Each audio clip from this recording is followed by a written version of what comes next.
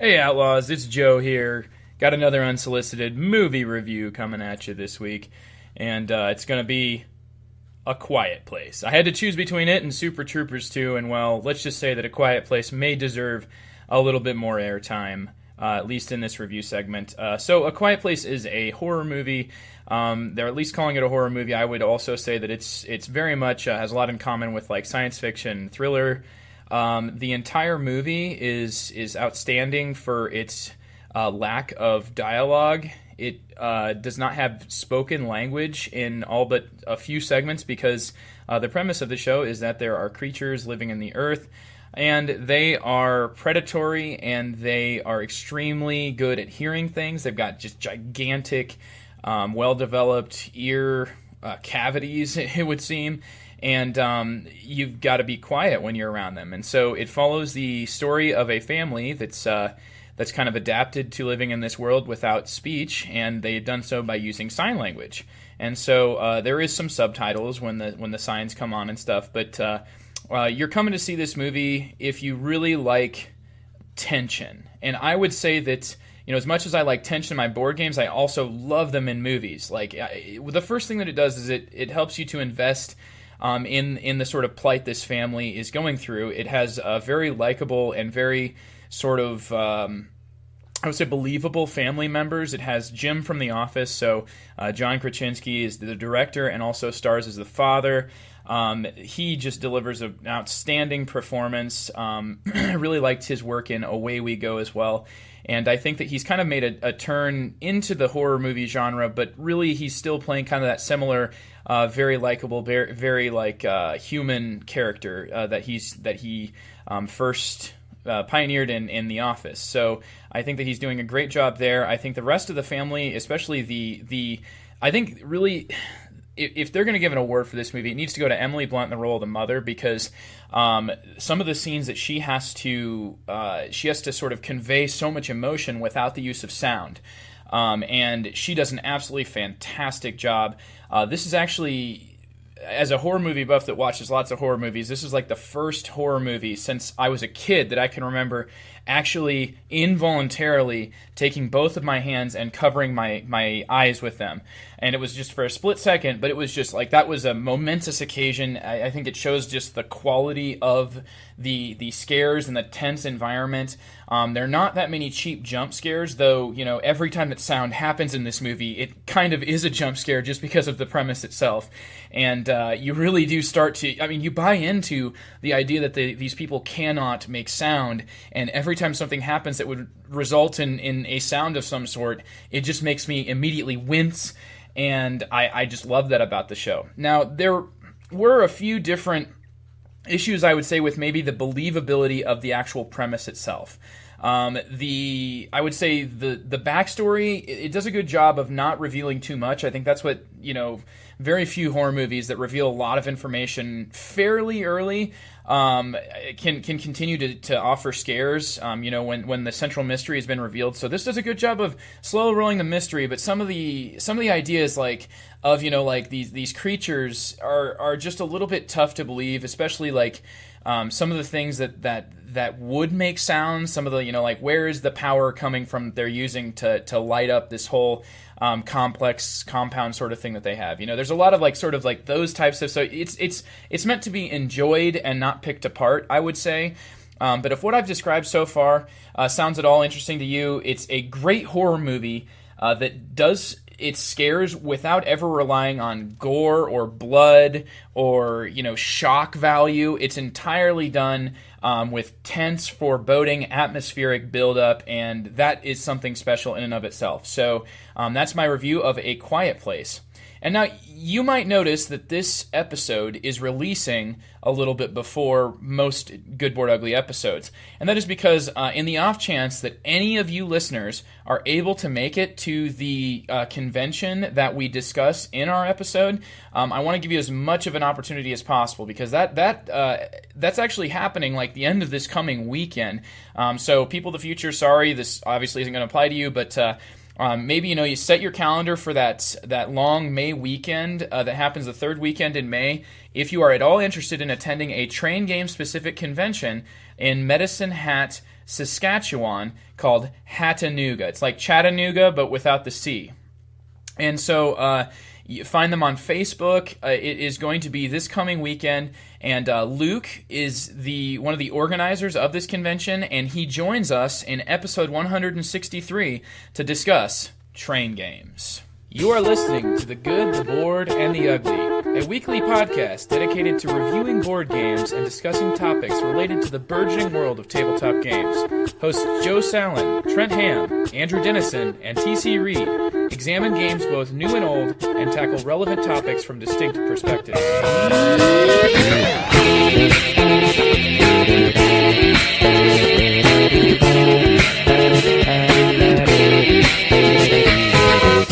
The Good, the Bored, and the Ugly are proudly sponsored by Game Surplus, bringing the world of board games to you at GameSurplus.com.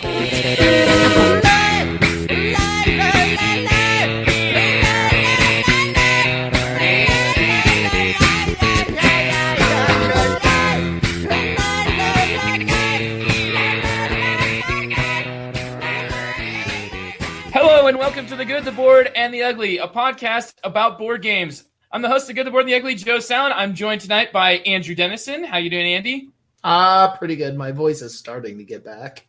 It sounds okay. It's not too bad. And your audio quality is solved, so thank you very much, man, for doing the little dissection project we had there for you. Yeah, Google Hangout just lovingly switching default mic back to the really bad one. Yes, the default laptop mic that when you lean on top of it goes bzz, bzz, bzz, bzz. Well, it's really great to have you on, Andy, and to be able to understand you as well, though I might regret that later on in this episode. Probably. Also, TC Reed out on the West Coast. He's not our only West Coaster, but TC, how are you doing after your board game binge spending? Well, I'm not quite in the doghouse. I'm alive, so that's something. Well, you got 2 days to come up with something for Mother's Day. I gotta do something spectacular, man. I'm gonna need some help. Yeah, maybe we can come up with it. Maybe we can take some suggestions from our wonderful community. Join us in the chat, of which we have a special guest joining us. Who, as we were talking about in our preps here, he suggested tonight's topic and has really dedicated a lot of his recent gaming time towards advancing our topic tonight, which is train games. And, of course, the man I'm talking about is Luke from Hattanooga. If you know him from Twitter, Hattanooga is a you know what, Luke? I'm going to let you explain it. And, by the way, thank you so much for being here, and welcome. Yeah, I'm glad to be here. It's fun to talk about train games.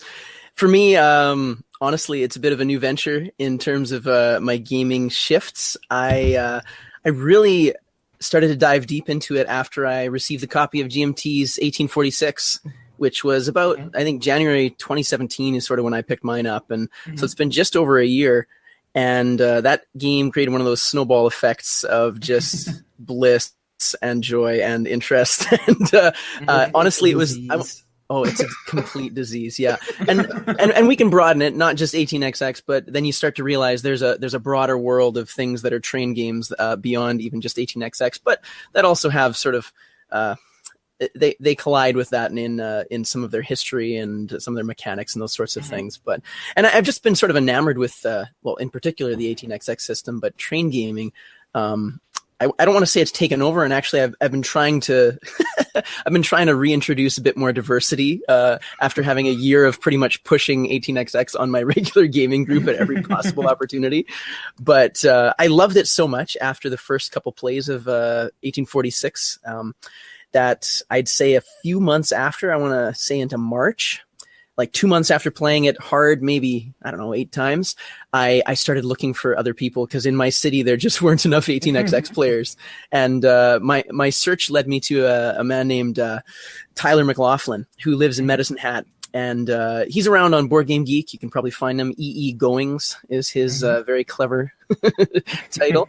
And I discovered that he owns one of the largest collections of 18X games. He's got a whole schwack of Winsome and Age of Steam maps and all that sort of thing. And train gaming has been, I think he'd even frame himself a little bit as an archivist of train gaming. And it just happened that we sort of coalesced at the right time, we connected and had the right kind of energy and said, let's make a convention happen around train gaming. Let's do it in Medicine Hat. Makes sense. Your collection's there. We were sort of just initially wanting to at least have something that happened for the prairie provinces here in Canada. I'm from Saskatoon.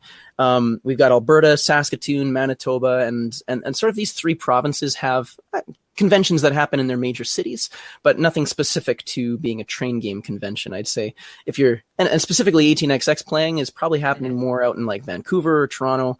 It's hard to get sort of a collection of people together in such a, sparsely populated area as Canada. Yeah, but 4.5 hours is just like you said, just around the corner, just down the road. Exactly.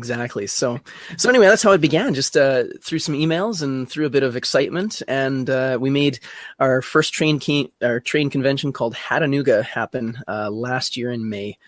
So and it's a little bit of a nod to Chattanooga. There's a big 18xx convention that happens down there yearly as well. Mm-hmm. Absolutely, yes, in Chattanooga, and I think.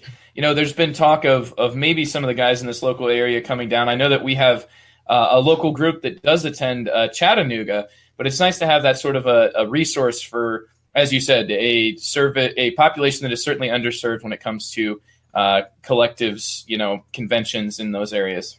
Yeah, and I think it serves those 2 purposes, right? It serves like sort of gathering local, and by that we mean the 4 or 5 6-hour drives, and it also, because of its theme of being particularly just about train games, can become a bit of a, we hope, destination convention for those who are really excited, especially, and I'll maybe mention this as we hit some hyper review or something like that. Just the diversity of Tyler's collection, you're going to find titles there that you probably won't be able to get otherwise. Well, it's kind of like having a fine Scotch collection. Like, here we have the 40-year, and because these games are largely produced, on people's kitchen tables and in their workshops, and largely cut by hand. And many times, that they're not even complete. And then you get people that fall in love with making their own games. Andy. Yeah, well, it's fun. It is, and it's sort of a niche within a niche within a niche. Mm-hmm. Yeah, it's that type of a resource is definitely something that I think it's really cool that you look for a way to accomplish those goals, and also make sure that those games are getting love. I'm sure that what was his name? Tyler. I'm sure that he's probably beyond tickled that's sort of the driving force behind, bringing all these 18xxers and other train gamers together. So he's one of the most generous people I've ever met. And just like you can see, he's just got joy in being able to share this collection with others that he's, very thoughtfully curated. Mm-hmm. And he probably would loan a game to you and be like, "Oh, I'm sorry, here you go." Absolutely. I've got one of his games sitting on my shelf right up here, 1832. So yeah, no, super generous that way. And I think that the spirit of our convention is we just want to come together, play games together, specifically 18xx games. We want to have fun with it. We want to explore some of those like corners of the 18xx hobby even that people don't have any idea about. Tyler's got a whole collection of Japanese made 18xx games that he's had translated rules for. I mean, some of these things you're actually not going to be able to find anywhere else. Wow. And it's crazy. It is crazy. And he's the kind of guy who's resourced himself enough that pretty much every title he owns, whether they came out with rules only in German or Dutch or Japanese, he's got those things translated and up to working sort of specs. So yeah, it's a fun little thing. If I can make just note of this year's convention, this is round 2 now. Mm-hmm. Just a few fun things to do with Hattanooga 2018. We've got a local 18xx designer coming in from Calgary, Mark Voyer. He doesn't have any published 18xx titles, but he is in the midst of working on sort of a handful right now. Maybe I can put a link in the show notes here or something that has to one of our blog posts, and it sort of highlights 3 or 4 designs that he's working on. He's doing one called 18 Alberta, one called 18 Saskatchewan, so sort of based on the 2 provinces that we live in. And he's going to be bringing prototype versions of both of those to Hattanooga. And he's also doing a large scale one, sort of with the sort of all of Western Canada. So it looks like quite a project. And yeah, it's kind of neat to have someone come in and, you know, have the accessibility to play some designs that are sort of locally made. And yeah. I have a feeling there might be a few tunnels and mountains, some, you know, along those. Just a few. Actually, yeah. Trans-Canada. The 18 Saskatchewan is sort of one of the newest pieces he's put together, and there's been a joke in some of the playtest forums we're having discussions with about just using straight track and nothing else. Yeah, all the roads are like, you know, I-20. It goes east to west. No even gentle or sharp curves, just straight track. See what you can do. Why are they testing out all these like undriven, you know, the driverless cars? Why are they doing this on the coast? They should do this in like the plain states where you pretty much can fall asleep behind the wheel and wake up 20 minutes later and be okay. Yep. I think I've done that before. Yeah, good old corn. Yeah, you wake up because you smell like hog somewhere. It's the salts that'll jolt you awake. But yeah, it is some very flat, uninteresting terrain. So I left a town like east of my hometown. Then, like 20 minutes later, I'm in a town west of my hometown going, how the hell did I get here? Yeah. I got lost in the corn. It is not far-fetched. It is not a far-fetched situation. It's happened to us all here, Andy. So, because we are in Iowa, and me and Andy are in Iowa. Oh, by the way, Trent is not here at the moment. He might be coming if he can make it, but Trent also is in our local group and part of who started this. But yeah, we here in Iowa don't have much interesting stuff going on. Though we have had some strangely, I want to call it unseasonable, just because I'm not used to being pleased with the weather here, but just nice weather. So it's kind of bizarre. So how's it been out for you there, TC? Oh, wet. But I can relate to being flat and boring. I did come from Amarillo. So it's all about it being that. It's like, oh wow, I'm heading over there. It's going to be a 2-hour drive, and I can see it from where I'm at. It's going to be great. Flat, boring. I'll just make sure the wind's behind me, and I can save on gas. I'll just head on out there and avoid the cows. Mm-hmm. Nice. Oh, well, we've got here in our chat. We have Carter. We have Murr. Good to hear from both of you guys. It looks like Board Game Trucker is on with a new name. So good to hear from you and to see you guys there in the chat. We'll go ahead now and I guess quickly thank our sponsor, Game Surplus. You should check out. They've got quite a few things that have been added here in the recent past. They did a sale for the clearance section. I'm actually not sure if that's going to be going on, especially by the time this posts. It might not even be going on anymore now. But go check out Game Surplus. They're putting out, helping to support some really great content creators, in, like Heavy Cardboard, like lower player count, and it's just really great that they're building communities like that because customer service is their strong suit. So check out what Game Surplus has to offer at GameSurplus.com.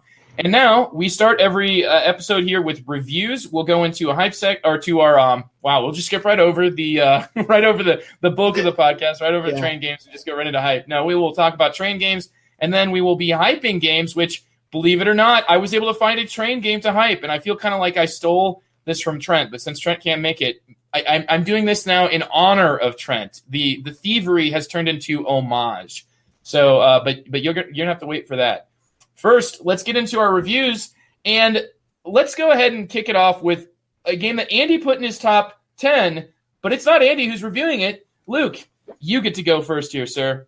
Yeah, Wildcatters. Fantastic title. In fact, Andy, thank you so much. Your top 10 was most of the push over the edge for me to go purchase that thing. Other than hearing about it from the Heavy Cardboard crew, probably originally. But that's where I heard about it too. Yeah, that game, that was a surprise, and a beautiful surprise at that. I busted it out 4 times over the last month with my crew, and we actually want to keep going at it. We want another month of this thing. It just keeps revealing so much. There is so much interaction in this game, and I think that is what really drew me into it. I'm realizing more and more as a gamer, I'm just loving my games that have high player interaction, and specifically in ways that are beyond just the sort of blocking effects. They're the sort of things where you can leech off your other players' moves. You can join in. You can sort of like some kind of pseudo collaborate, but in very nifty ways of screwing over people at the same time. And this game just has that in spades. I mean, maybe you even mentioned this, Andy, but it does, like, in terms of the level of interaction, it feels kind of like Container in that sense. In the sense that you're producing goods, you're using people's equipment to transport your goods, and you're using people's equipment refineries to sell your oil there as well. And so something I found fascinating about this game too is it sort of has two currencies going on. There's the currency of, at least in the Capstone edition, they're called workers. And you need workers to build infrastructure, right? You got to build trains and boats and refineries and oil rigs and all this sort of stuff. But then at the same time, there's shares in everybody's company. And that sort of functions a bit like a second currency, because when someone delivers oil to your refinery, you owe them some money for that product. Now, once you dump that refinery, or it's consumed in that particular continent, I should say, then you're going to be making some shares back on that. The overall framing and the goal of this game really is trying to get victory points, and it's actually got a fairly diverse way to do that. There's majorities within each of the 7 continents and you get your oil barrels into these refineries that eventually, when the refineries are full, get dumped into these sort of majority areas. And so there's a scoring system for that. There's scoring for workers. There's scoring for building refineries. So it sort of has that Euro sensibility of, hey, there's a bit of diversity here. You can pick some strategies if you want. You can try out a whole bunch. And I felt like we've pushed the system around a bit, that we've been pretty impressed with how close each of the games are, despite the different things that players are trying and attempting here. Some people are saying, or trying hard just on winning points on majorities, and then other people were going really hard on winning the Wildcatter auctions, which is another element to the game. When you're competing within each of the sort of, I think each of the continents is divided into 2 or 3, maybe 4 sections, some of them. And there are these Wildcatter tokens, which represent sort of independent oil drillers of the time. And you can win these things for points and for more oil. And it's just so fabulous. I could rant about it for forever and ever here. But Andy, do you have anything to add to that? I'd say the one thing I might add to it is the other thing that made it kind of feel like Container to me is you're trying to incentivize others to do what you want to have happen. Like, the more you try to do your own thing with your own oil and your own ships, that's actually not the best way to go about it usually. And I like that whole aspect of that, of like, I need my barrels to go into this country, but I can't do it. How can I make someone else make this happen for me? Yeah. And that's really fun. Yeah. Actually, in our last game, we really started to push each other with forced loans. So if you get put into a position where you owe someone some shares because they delivered some oil, oh, whoops, I'm going to deliver oil. This is going to benefit you in the long run. Don't worry. But in the short run, you force them out of their shares and they have to take a loan. I think this previous game, we forced every player into a loan and 2 of them into double loans. It was just awful. It was a mess. At that point, you're just trying to say, I'm going to try to come out on top of this, and that's all I need to do.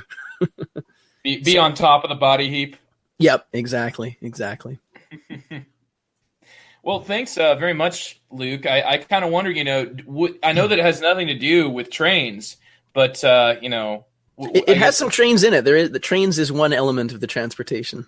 So it begs the question, and I'm not gonna save it. Is Wildcatters a train game? No, I think it has shares. It's firmly in the economic category. The shares don't function in the same way as company ownership and that sort of a thing does in some of the train titles. It functions much more like a currency, I would say. Yeah. I'm going to lead you down a rabbit hole if I say anything more. Yeah, well, and this can be, we'll circle around to this discussion of what is a train game. For sure, yeah. Does it have to have trains? Does it have to have trains? Oh, yeah. It does have trains in it, Wildcatters does. Yeah, it's a train game. I'm down with that word. 18 love letter, train game. Yeah, put some trains on it. Why not? Oh, boy. So, no, that's just the 18 card version of love letter, guys. Come on. It's not gosh. Doesn't have to. Not everything with an 18 has to be a train. Okay. Well, I'm done here. Let's go ahead and shift gears and maybe shift a couple of tracks, and nobody's reviewing train games, so I don't have a my can't segue just fizzles. I had one down. There's one on here. Oh, whoa! Andy's got one. Blind, Right there, man. I don't know where Andy's in the blind spot. Let's shift tracks into a yesteryear when everything was the 1800s and every game is named after a year. And there apparently was at least 1 year that hadn't yet been bought up by everybody who's buying domains, like the new emojis and everything. Come on. No. Yeah. Well, anyway, Andy, go ahead and tell us all about the first year of the Civil War. Yeah. So I got a chance to play 1861 this last weekend, which was really neat. I actually got to play with Sweater Mike from Heavy Cardboard. He does some of the live streams with them. But apparently, yeah, he lives in Ames and like it'll be within walking distance of me, which is weird. But anyway, so we played 1861, which was kind of a good after playing it, I thought of it as a good sort of next step game. So like you've done 1846 a few times. You're ready to kind of take that next step, but you're not yet. You don't want to get in one where you can have like, your feet cut out from under you or something a little too vicious yet. It very much was like a Run Good Companies game, a friendly game. There was just things that were put into place to keep you from screwing each other over in any major way. So like if you sell stock, for example, it's kind of like 1846. Like the price doesn't drop unless the president sells. So there's no real shenanigans there. There are things to do with like mergers. So you do start minor companies, you merge them or convert them into major companies later on, which I quite enjoy as a mechanism I am finding in these kind of games. There's a national railway that does act a little bit like a timer. And I think could be pretty devastating. Although when we were playing it, there was a couple new players, so they weren't quite as aggressive on the train rush as I was and Mike was as well. But yeah, and so it takes place in the Russian Empire. You start minors, you convert them into majors, you buy trains. It's got all those normal tropes. The one thing that I think is neat is that the mergers combine with the small companies to make a big one, and also this national railway, which becomes like a game timer. So once it forms, it basically starts with no money and like puts itself horrendously in debt. But then you start watching and you're like, oh, look, that stupid little Russian company. It can't even get off the ground without being hugely in debt. And all of a sudden you look over like 2 ORs later and it's like, wait, like half its loans are gone. What's going on? And then like a couple ORs later, it's like, oh God, wait, this thing's accelerating. And then it starts like ripping trains out of the bank and rusting other people's trains and things like that. So it's kind of a timing mechanism. If you try to drag your heels too much, this thing will make sure that the game ends in a reasonable fashion. Basically, in the game I played, I was pretty sure I triggered the end game, but it was basically like 1 OR before this little AI company was going to trigger the end game anyway. But it's very much a gentle game. It's build a good route, run a good company, that kind of thing. About the only thing that could be pretty vicious is if you're starting these minor companies and not really paying attention to how fast the train rush is going. At a certain point when the 4 trains come out, if you have a minor company that is left trainless by being rusted, it just instantaneously is taken over by the government railway. Like there's no emergency finance, no, hey, let me juggle some trains. Boom, your company is gone. You do get paid a little bit of money in recompense for that, but you do lose it like immediately. And then the Russian railway puts out another token and has new places to run to, which is kind of fun as well. But yeah, so overall my review of it, I guess it was a pretty good game. It was enjoyable. I'd play it again. It is, like I said, in that category of, I think, like a good next step. You've done 1846 a few times. You're looking to try something new. This is a good next game to go to, unless you're just insane like I am and like stabbing each other economically all over the place. But yeah, so that's 1861. It was a really enjoyable game. Mm-hmm. So this is the one that's like Russia, and it's Right. it's a longer one still, though, isn't it? I would say it feels more like the medium length. Ours It's like went 6 hours, as in like that's yeah. okay. Like ours went a little bit long, but like I said, we had two people that were sort of new to 18xx. We were talking a little bit here and there. I would say probably if it was our normal group there in Ames doing it, we'd probably bang it out in about 5 hours. But we play pretty fast, I found. So, it's not heinously long. It's not like an 1817 or 18OE. No. I would say about 5 or 6 hours once you kind of have a hang on it and what you're doing is probably reasonable. This is the one that they made 18 USA out of, right? Where it's No. That was 1817. 18 USA is crazy vicious. Okay, all right, never mind. My bad. This 1861 has an evolution in 1867, which is set in sort of eastern Canada there. Oh, that's okay. Yeah, in 1867, I think if you're an experienced 18xx player, that will just hang in the air then. So, Luke, why don't you? Andy was playing the game. So, Andy, you lagged a bit there. You said if you're an experienced 18xx player, and I think you were just tossing it up there. It was the alley-oop for you, Luke. Yeah. I missed it. He's back. Yeah, that ball just dropped on the ground. I think if you're like an experienced 18xx player, I think 1867 is probably the better game because there's a lot more options. Because in 1861, all the companies have a fixed starting position, so it's a little more scripted. Whereas in 67, you just pick up a minor and you're like, it will start here. Let's auction. Mm-hmm. But for newer players, that might be a little bit too much because it's a little too open in some ways. Right. Yeah, because if you don't have a good sense yet of what a good spot on the map looks like, you can just put companies in really bad locations. Mm-hmm. So what's your experience been with 1861/67, Luke? Just 67 and once, and I think both those games probably are a little too long for my gaming habits. I'm sort of a sub 4 hour 18xx player here most of the time. And maybe 67 you could really hammer out in 4 hours. I'm not sure. 61, I think. You'd have to push it. Yeah, you'd have to push it. From my understanding, looking at both these games, 61 seems a little longer, partly due to the fact that the map is a bit more sprawling. Well, the other thing with 61 is there's a lot more upkeep to do with the National Railway, where in 67 there just isn't. Yeah, they've simplified that. Yeah. I think both these games offer pretty fantastic sort of introductions to a merger mechanic.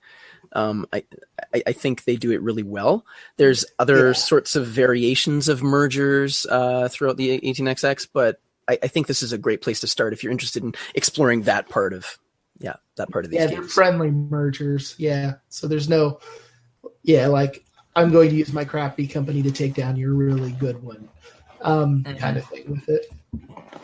So it's more like who can get on the better side. It's good for everybody, but who benefits more sort of mergers. Yeah, like you could have multiple players into a merger, but a lot of times mergers tend to be, I will take all of my minor companies and make a big company for myself. Oh, I gotcha. And they still instill that fear, don't get nationalized. So, yeah, you've got that sort of clawing at you the whole time. But.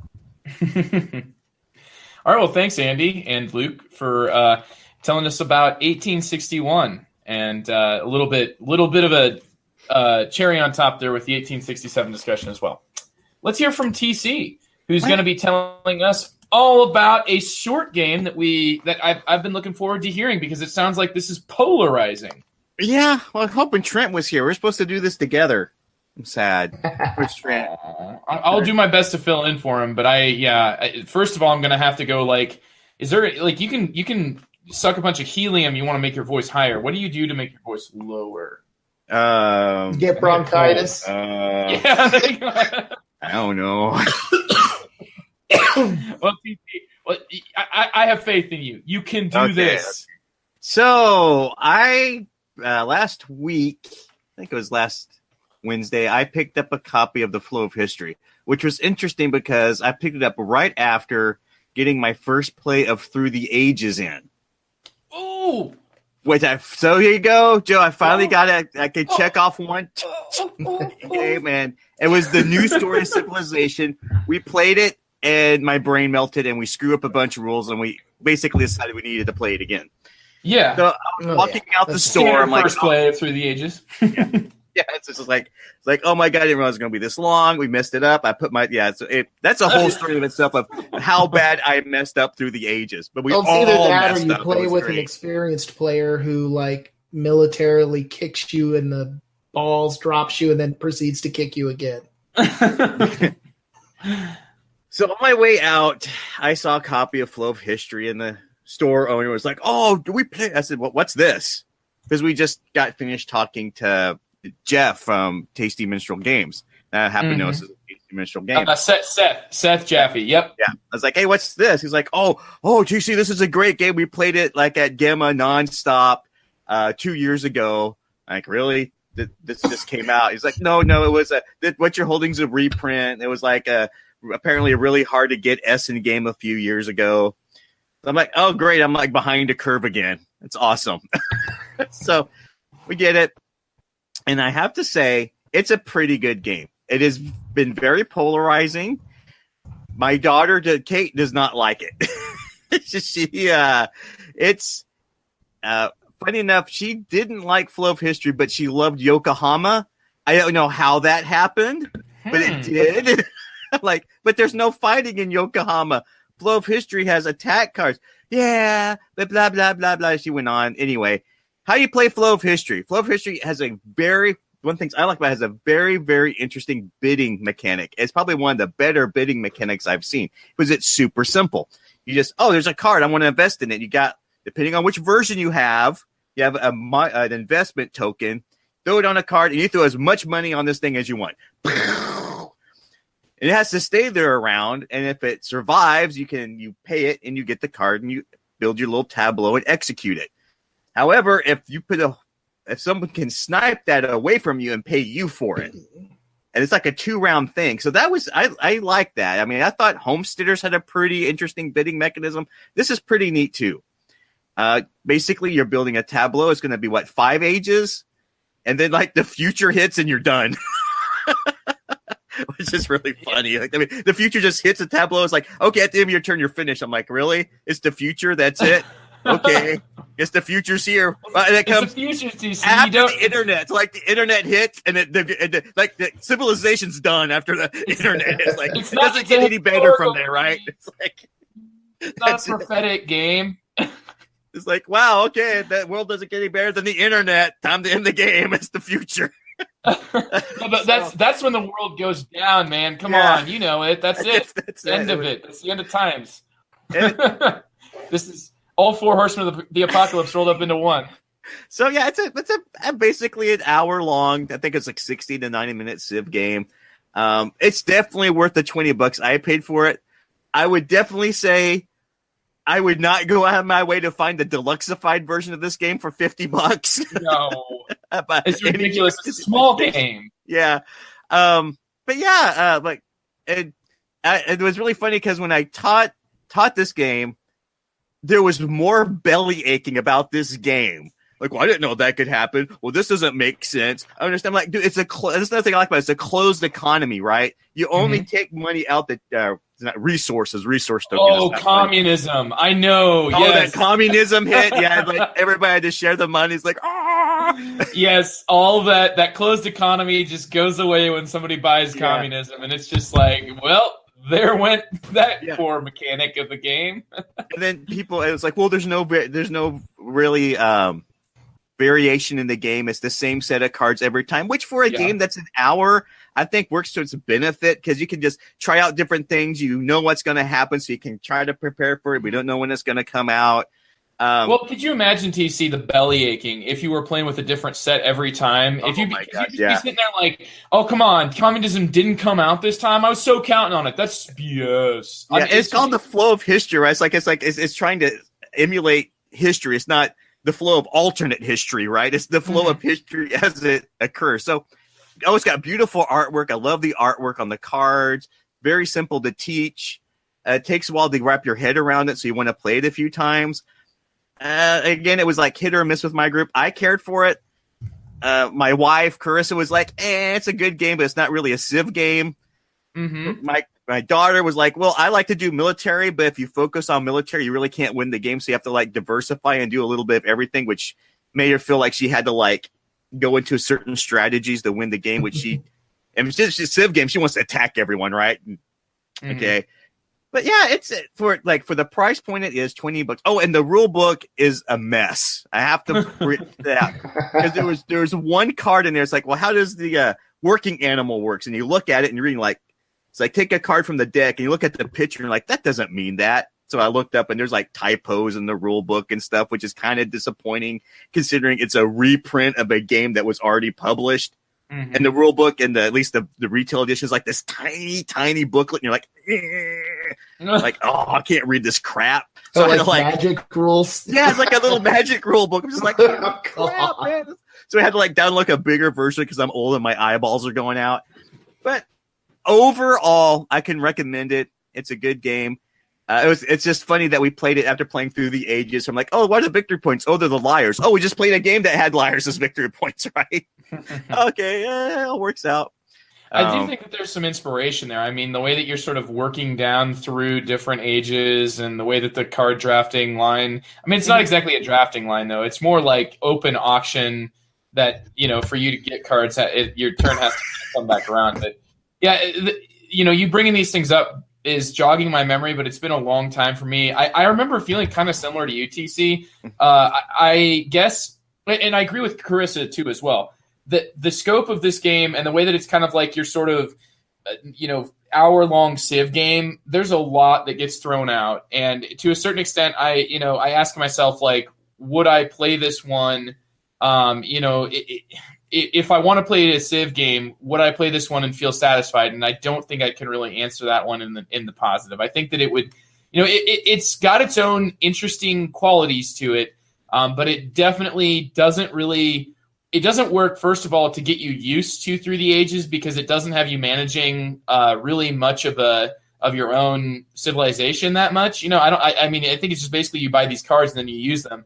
So it's not going to prepare you for that way. So I can't really recommend it from a, play through the ages, play this first. It's a different thing. It's a nice, simple game. And I think it was designed by a Japanese company originally. Or was it Mo Ideas? I forget who's the original. I know it's the designer, the same designer who did Ponzi Scheme, which I like Ponzi Scheme quite a bit. I think it's a Japanese designer, and it does have this sort of like what I would call those sensibilities that are I don't call them like minimalist or just like very much pared down to a core, and it certainly has that. So if that's the type of thing that you're looking for. A minimalist Civ game, then I think Flow of History does succeed for that. That's not really what I'm looking for. For me, it doesn't see so much as a civilization as it does as a bidding game, and as that mechanism of bidding for cards and deciding, okay, I'm looking at this board, do I want to invest in something? But I really want that card that Joe put all that money down. I really want it, but I don't want to give him all this money for it because he's going to go around and get something else. I can just harvest and get some money, but the supply is not really full. Or I can just execute the action on this card for an action. When it comes around your turn, there's quite a bit of choice to have in. And you know what's coming up. Like, I really need to get up here because he could attack, and I need some defense. And hang on. Yeah, no, I'm APing out. I'm APing out on a one choice. It's crazy. Okay. It's a really cool system, though. Like the amount of money you put down, they have to pay. They can like essentially rob that card from you by paying you that much money. So you could just put a ridiculously high amount for something you really, really want. But that way, if you get, if they buy that card from you, you're just like, I have all the money now. And it is, like you said, a closed economy, so that can only happen so much before you just roll and get every choice that you want and, break the game. So it's cool. And that core mechanic of an auction system, trying to deprive other players is very well executed. I agree with you there 100%. Yeah, it's done in a quick, it's a big game that's quick, which is really nice. It's not like I go 1, I go 2, I go 3, I go 4, I go 5. Fine, I go 6, I go 7. No, I like these okay, I'm putting 7 here. Deal with it. It's like a purchase price auction. I like that type of thing. They do that in Modern Art, a fantastic auction game where you have to you put out, like, for certain ones, you could say I'm auctioning this painting. It's $30. You want to buy it? And I really like that too, TC. It's becomes a binary choice after that, which is really cool. And for $20, it's great. Then I see somebody with the deluxified version. I'm like, oh, you paid way too much for that. But okay, metal coins are cool, I guess. Yeah, I mean, even the bigger box games, those deluxified versions can, they're a whole. That's a whole nother nest, man. That's another. And I'm gonna get into. And in a future episode, I'm definitely gonna get Kate back on here to talk about Yokohama, because after playing Flow of History, she didn't care for it, and then she played Yokohama and just like. She crushed everyone at the table on that game, just blew everyone away. She almost lapped me in victory points. I'm like, are you a savant at this or something? What's going on? I thought you didn't like these tap games. No, it's pretty neat. I'm like, okay, we're going to play this again. We're going to get you on the podcast. I want to know what happened. That's cool. I still haven't played Yokohama. I really, really want to. So, but thanks to someone who would play it with you. Trust me, I got someone here who would play it with you. All right.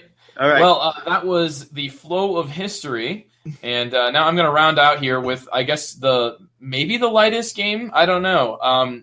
Decision-wise, I don't know if it'd be Flow of History or Thunderstone Quest, the game that I'm reviewing, that would take that prize. Oh my God! You got that thing weighs like a metric ton. It's a big box, yeah. So this was a game that was kickstarted, but by AEG, so an established board game company running a Kickstarter, where they basically.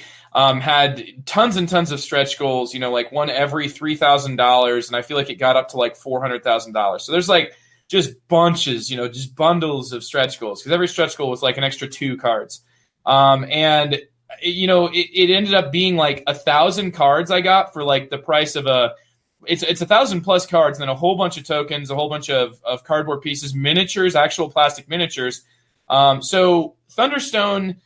Quest is the latest in the Thunderstone series. Started with Thunderstone, one of the first Dominion clones, so to say, that tried to, as many in on the thematic side of the mechanisms versus theme debate like to say. They say it's Dominion with theme or Dominion with purpose.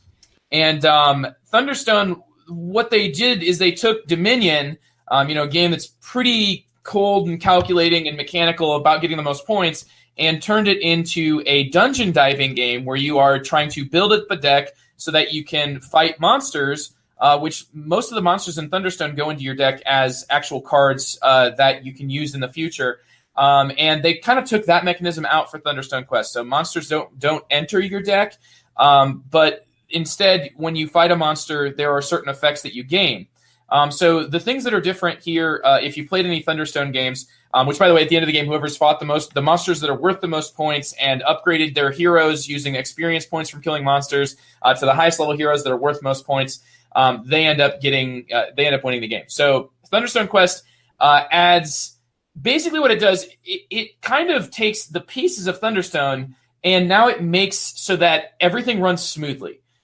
You've got 3 separate stacks of monsters to fight. And these 3 separate stacks are actually placed out 2 cards at a time in layers of a dungeon. And so you have to sort of work your way towards the bottom of the dungeon to get to the more difficult monsters. And so sometimes you'll have to do that turn after turn as you're generating light to get lower down in the dungeon. You're then, once you get to fight a monster, you're going to be trying to produce as much attack as you can. There's a couple of different types of attack. You're going to be taking wounds, which in this game, wounds are generally will make it so that you don't draw as many cards. Your hit points are how many cards you draw at the end of your turn. So the more wounds you get, the less cards you draw.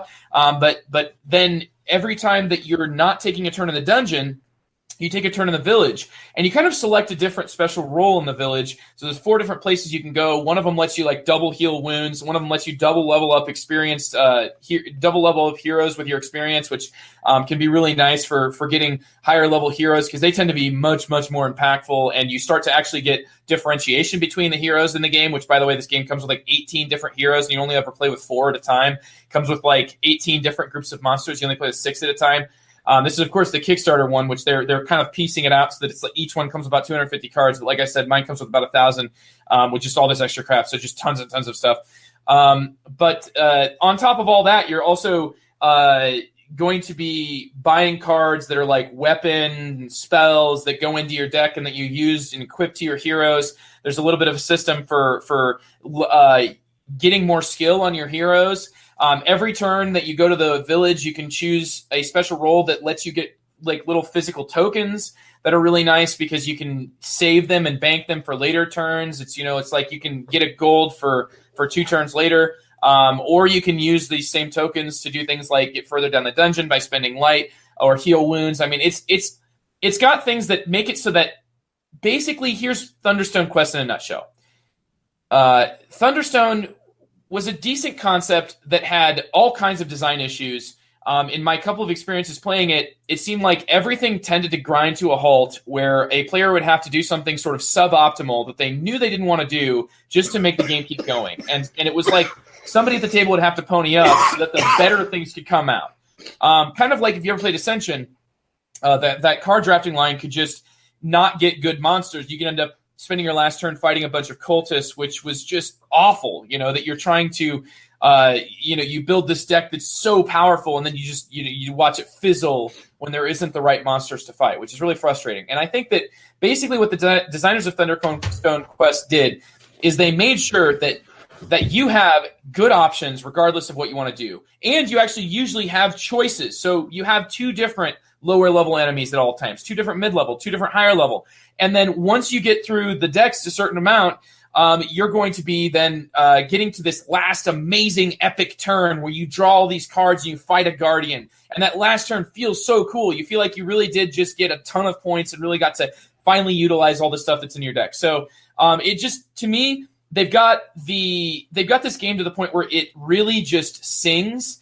It moves through all of the kinks seem to have been worked out. This is now like 10 years that Thunderstone's been around, so I'm really glad to see that they've continued to evolve this game. They've added a few things like side quests and legendary cards that are they're okay. I mean, they do add more stuff to the game, but the side quests, I guess I thought the side quests were cool, but I really wanted the side quests to all be like you get a cool weapon and not, hey, you could get a cool weapon or you could go for points. So I guess you usually draw 3 of them and get to pick one so you can kind of choose what you want, what's best for you. It seems more boring, though, to go for points, for the point ones. But anyway, I like the way that the dungeon is a physical place that you're moving through, that every room has different rules that make it either easier or harder to fight monsters. You get some rewards. Sometimes you get kicked back to a lower level. I just think that in general, it feels like a very well designed. Like if you're looking for, a game like Dominion, a deck builder that offers you lots of different choices and lots of different variations, and you want to get like the game and plus a whole bunch of expansions at once, I really think Thunderstone Quest succeeds. Now, on the negative side, the game does tend to run pretty long. The developers did say in the rulebook, they're like, hey, you make this game the best you want to make it. For you could play with less Guardian keys, which will kind of lower the playtime. But ultimately, the game feels like it does need to be quite long for the way that they've planned the buildup of the game and the way that it finally plays out. So, I mean, you're talking about a game that's like 2 hours, and I don't feel like the actual strategies are really going to be that much pronounced different from, like, say, a game of Dominion that'll go 30 minutes, 45 minutes. It's just quite different. You do tend to work through lower enemies and really build up, so that you don't get that feeling quite as much in Dominion, which feels more like you're solving a single puzzle. But here you've got a build up that you're working through, and so it's different in that aspect. Maybe compare it more to Core Worlds, but it doesn't have that really deep strategy in it. But I don't think it's really going for that. I think that its audience is going to be very pleased with Thunderstone Quest because I was able to teach it to somebody who had never played a deck builder before, and he enjoyed it thoroughly.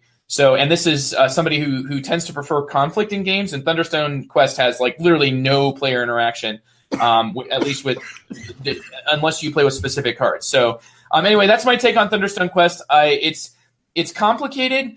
I enjoy it. I especially enjoy how easy it is to teach, but for how long it runs, I don't know, whether or not it's really going to be my big cup of tea, or it's going to be one that I keep bringing around so that, players that enjoy it and want that sort of longer experience, as I run, one of the local game groups around, I might bring it more for like, getting other people into a game and getting them like deeper into the hobby. So it's kind of this weird like gateway game that also can really suck people into a pretty big experience, and it does feel quite epic. So anyway, that's my take on Thunderstone Quest. Hey, Joe, I have a question. Let's say you hypothetically knew someone who invested heavily in Thunderstone. I don't know who that might be. Might be me. And got to play Thunderstone Advance. Was like, maybe. And then just as they were thinking about buying Thunderstone Advance, Thunderstone Quest came out. Would you actually recommend Thunderstone Quest to someone who already might possibly have a whole bunch of original Thunderstone? Like me. Well, I see it, TC, as being like, if you enjoy what you're getting from Thunderstone, then probably what you're going to get from Thunderstone Quest is going to be more along the lines of mechanical refinement. Mm-hmm. So if that's not what you're playing it for, then absolutely not. I wouldn't recommend it for. But I appreciate the question. Does that sort of sum it up? Yeah, because we hit the same problem with Thunderstone where it got kind of, it wasn't moving along. So we found what was called Epic Thunderstone, where you just like mix everything together and you can buy anything you want as it comes up, which kind of drove my OCD up the wall because I like to have everything neat and organized. And Chris was like, just mix everything together. I'm like, oh my God. Shuffle but actually, like that was the way to play Thunderstone, I found out. Mm-hmm. And we still play it to this day that way, and we like it quite a bit. But every time I say, hey, Advanced Thunderstone, Krista goes, we have Thunderstone. And I say, hey, there's Thunderstone Quest. And Krista goes, we have Thunderstones. Yeah. I was just curious. What you've kind of done there is you've turned Thunderstone into more like Ascension style because it turns all into like what's available. And that, I think, makes it a lighter game. But I think that's okay with Thunderstone. I mean, it definitely... The card effects are not going to be quite that sort of, drastic change, game changers that the cards in Dominion are. I mean, they're impactful, don't get me wrong, and they feel really cool. But they're all kind of, flavors of a fairly similar, like, it's like weapons in D&D. You're not going to find a weapon in D&D that doesn't do damage in any way to an enemy. It's not going to be like, oh, hey, this weapon right here is actually, it's a banknote, and you're going to use it to damage your... No, you're not. Weapons are weapons, right? And so that's what you've got in Thunderstone. The variation is more kind of like flavor and flair. And you do want to build synergies and stuff. But I can see how that Epic Thunderstone would work because Thunderstone is kind of a lighter game. But I do think that the design changes they made in Thunderstone Quest make it have more of a potential, more of a depth to it, as well as not getting clogged up in the sort of mechanical problems that you acknowledged as well from seeing. So I only played Thunderstone Advanced, TC. I never played the original Thunderstone, so I can't really say whether or not this one compares. But it sounds to me like you're already getting pretty much about the same feel that I'm getting, but I'm getting it with a much more refined mechanisms. And honestly, I don't think I would keep Thunderstone on my shelf. You probably wouldn't see me having that game around, having experienced some of the lockup situations, just really frustrating experiences. But Thunderstone Quest, I'm absolutely I'm happy to have it around here. Oh, and it also it has a miniature. You have a physical hero that moves around, which I think it doesn't yet have special powers for them. And I don't know, it's weird. There's 3 really cool looking ones, like a mage who's casting stuff, a dwarf that's got a boar's head, a helmet sort of thing. And then this guy who's Conan the Barbarian, who's on a pedestal and just huge. And then the guy that I was a kneeling halfling holding a lute. And it's what is wrong with, what is the story behind my guy? Why am I as cool? Why am I considered as okay to put in the game as everybody else? But my guy's this big and he looks so stupid. He's it's this guy doesn't belong with all these other awesome heroes. But there's not any special abilities. It's just that's your piece that you remember, and you're just moving it around to signify where you are in the dungeon or where you took your turn in the village. So, yeah, TC, I would say this gives you more choice than Thunderstone, though. So, in my opinion, it's more what I'm looking for by a long shot. So it puts Thunderstone into something that I enjoy from something that if somebody brought it up, I'd be like, I have this. Look, I got this one instead. Here you go. Look, yeah. Here we go. Oh, you like Thunderstone? Well, I've got this game that's kind of like Thunderstone, but I actually like it. But no, Thunderstone Quest really does feel similar to Thunderstone, but without any of the things that were kind of deal breakers. So minus all the deal breakers, you get something that I think is going to be enjoyed by others more than me, but by me enough to keep bringing it. If that makes sense. Yeah. Okay. Cool. Awesome. I'll be sure to at least try this because I am curious about it. I'm excited to announce a special deal for listeners of Good, the Board, and the Ugly. Check out the podcast picks at GameStartPlus.com. Add them to your cart. Then during checkout, enter code GoodBoardUglyPicks, all one word, for 10% off your Good Board Ugly Picks from GameStartPlus.com. All right, well, let's welcome our engineer, Luke, on Train Games. The topic that he has as engineered for us as our, I think there's two different word uses of engineer, right? Like that's, the civil engineering versus the train. and Andy, maybe you'll be the conductor, or maybe you'll just be the caboose. I don't know what I'm going to be because I was like, I know he's going to talk about train games. I'm like, cool, I'll check that, see what train games I have in my collection. Maybe we'll do the top 5. I realized at that point I don't even have 5 train games. So I'm gonna be really helpful in this episode, guys. It's gonna be fantastic. Well, why don't we start off with what is a train game to you? I mean, these are the sorts of questions that do have subjective answers. So, yeah. What is a train game to us? Ooh. A game with trains? To sort of double up on that question, like, is there anything mechanically specific to a train game that you would equate? Hey, yeah, this if it has this kind of mechanic, like, is it route building? Is it like what is it that sort of suggests that it's a train game? I would want to be here, trying to be as casting as wide of a net as I can here. The dictionary is going to have, it's not, dictionary doesn't just have one definition, right? It has number 1 and how is it used. It has number 2 and how is it used, right? And I would say that somewhere down the line in the 2s, 3s, 4s, 7, 1894s is going to have a definition that specifically relates to 18xx games. Because I think that a lot of train gamers, if you are a train gamer and you've never played an 18xx game, I think that other train gamers will not identify you as a member of their group. And whether or not that's fair.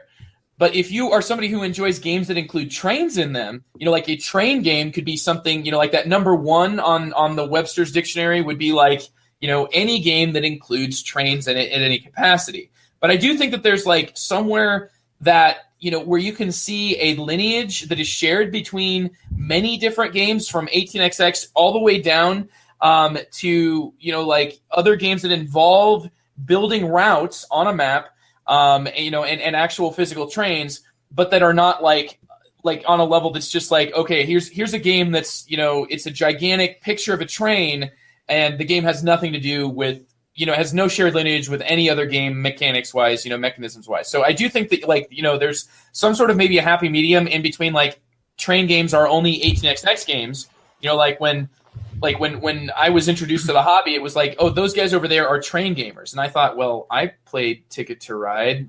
Is that what they're playing over there? And I was so new, I just had no idea. So I think that in between there and the, oh, you want to play a train game? I've got Ticket to Ride, that guy, there's somewhere in between where you have knowledge of what it means to be a train game, but not necessarily like have it so pinholed into a train game has to be this specific, mechanically similar. Like, to what point is every 18xx game a variant on 1830? There's some legitimate questions there. But I've talked a lot, and I hope that somewhere in there you guys can make some sense of it. And I'm done now. Well, I don't know what constitutes a train board game, but to be a train board gamer, I think you probably have to have a certain amount of an unhealthy obsession with model trains. I mean, everybody who's like super obsessed with like an 18XX game or some type of train game at one point has like just had to. Oh, I got this H-scale train in my basement, and it got little trees and stuff. I'm like, yeah, cool. See, for me, it's different because there are a lot of like people I know in the 18XX community. They come by it having been an aficionado of history initially, that they really like the history of the railroads and railroad company, and that's never like it doesn't bother me, but it's not necessarily like a super appeal to me either. The draw for me, I think, is that there's a lot of interaction and like beating myself up with numbers. It's kind of like what I find fun about them more than the history. But I don't know, for me to really start thinking of it as a train game, I would think for me, you've at least got to have some kind of route building just as a base framework. Before really, I mean, there's other games that are quote unquote train games that don't have it, but before it really starts feeling like a train game to me, it has to have at least route building, I think, to it. And not necessarily stocks, but at least some route building. And then I think the next level of where I go, definitely playing a train game now is route building combined with some form of delivery or payout. Yeah, I think when I think about train gaming and their origins, I think trains, there's an appeal to just wanting to play with trains, like kids. I have a 3-year-old. He just loves watching trains go by. It's so exciting every time he sees one. There's model trains at the museum that we go and look at, and it's just like that's a big deal. It's just so exciting. I love watching these model train creations that people spend hours pouring into. It's actually unbelievable the amount of talent these people have, and just sort of this it's there's a playfulness to it, right? And I don't know the exact origins of train gaming in the board gaming hobby. My understanding, and Mur, who's in the chat, might be able to correct me here, is Crayon Rails prior to 18XX? I want to think yes. I think it is. And I think there must be some evolution there or some shared history. But I think Crayon Rails might be sort of one of the genesis of train gaming in many ways. And that one is very pure in terms of the sort of pick up and deliver and route building combined. Have any of you played Crayon Rail games? That's like the one category I haven't yet. Not because I've been avoiding it, just because there's never really just been an opportunity. From what I understand, I'm having played Power Grid. It's basically built off of a crayon rail system. It's like he took the costs of like those and I feel like I'm lifting this off of. Did you say that? Did you say that, Luke? I feel like it was maybe Mur. It's one of our wonderful community members on the guild. Basically gave me the information I'm giving now, and it's probably right here in the chat has been talking about Power Grid as well. So thanks guys for and I'm crediting you here. So, send the footnotes. But I played Power Grid, and I have read the rules to Iron Dragon, which is like the fantasy themed crayon rail game that Mayfair is reprinted, which I thought was just bizarre to see, like, a crayon rail game that originally came out like 1994 or it was in the, I think it was in the early 90s, to see it reprinted now by Mayfair, especially as might be their last game. Rip. Oh. So I've not played one. Have you played one before, Luke? I've only played India Rails, which is just crayon rails in the country of India, and played a number of times. For me, it was intriguing. It was actually pretty early in my entry into the board gaming hobby, really, and so I did enjoy. There's a real nice tactile thing going on with crayon rail games, because you literally are drawing with a crayon, and there's this sort of like counting out, okay, how far can I build, and you sort of have to connect dots as you go. Essentially, it almost is like, it feels like a bit of a paint by number, or sorry, no. Those connect the picture by dot things, right? And then you're basically having these kind of fulfillment cards. It's like, deliver this to this is what I remember. This was a number of years ago. What I do remember distinctly is it was very long for what it was, and it felt like I was doing a lot of deliveries just over and over. It might have been that particular title. There might be much more nuanced versions of the Crayon Rails game, Crayon Rails games, but I also don't have that great experience with that. I want to say I've heard some people that are more into the 18xx world. I've heard complaints about the interactivity is much lower and such, so the tension is not enough to support the length of the game that it is. I like I said, I have no personal experience, but that I've gotten that feeling from some people. Yeah, I'm not sure how widespread Crayon Rails is at this point in time. I know. XX even so. Yeah, I think so. I mean, simply based on my experience at Hattanooga, like Crayon Rails is one of the 4 sort of whatever you want to call them systems, and the systems we offer at Hattanooga are 18xx, Age of Steam, and that I'm going to use that term all-encompassing of Steam, the Railsways of the world, that sort of piece of the puzzle. Winsome as sort of its own system genre thing, and then Crayon Rails. So those 4, and I don't think Crayon Rails was played. I know that we had a host who was ready and willing to teach anyone who was a bit of a Crayon Rails fan. But yeah, that's sort of just from. I think when I went to HeavyCon, I saw probably at any point in the day 2 to 3 18xx's being played, and I think I saw one Crayon Rails game once. And that was because it was Jeroen from Splotter was there, and apparently he really likes Crayon Railways. And so he's like, I want to play a Crayon Railway. And of course, being Jeroen, he's like, 3-4 people, I'm willing. We'll do that. Yeah. Well, I think also to talk about train games, we should circle around Ticket to Ride a little bit here. Oh, right. Yeah, I was going to... Because I would say that's probably the most popular. Let's frame it at least thematically train game that I know of. Right? I own that one. Yeah, and you know what? I think that one fits in, Andy, with your definition, and something that I think is fairly important to train games is the route building aspect. I think Ticket to Ride sort of combines route building and set collection, but honestly, the route building I think is the really compelling piece there, right? Like the set collection is a little willy-nilly in some ways. It's the timing and it's the actual building of those routes that is quite, I think, appealing and compelling about Ticket to Ride. And I would agree, because also like when you get new maps for it, it's almost always like a new iteration on the route building aspect for most of them. Well, does it start to push even more into being a real train game when you look at some of the expansion maps that actually add sort of a, not necessarily shared ownership, but maybe more like a, like a payout that'll be based on whoever has acquired the most, stock. So it has stock in, really neat. Yeah. The Pennsylvania map has stock. I mean, it's kind of stock in name only. I would call it. It's more of like an area majority kind of thing almost. Exactly. They call it Ticket to Ride. I like it so much. I got the 10th anniversary edition of that game. And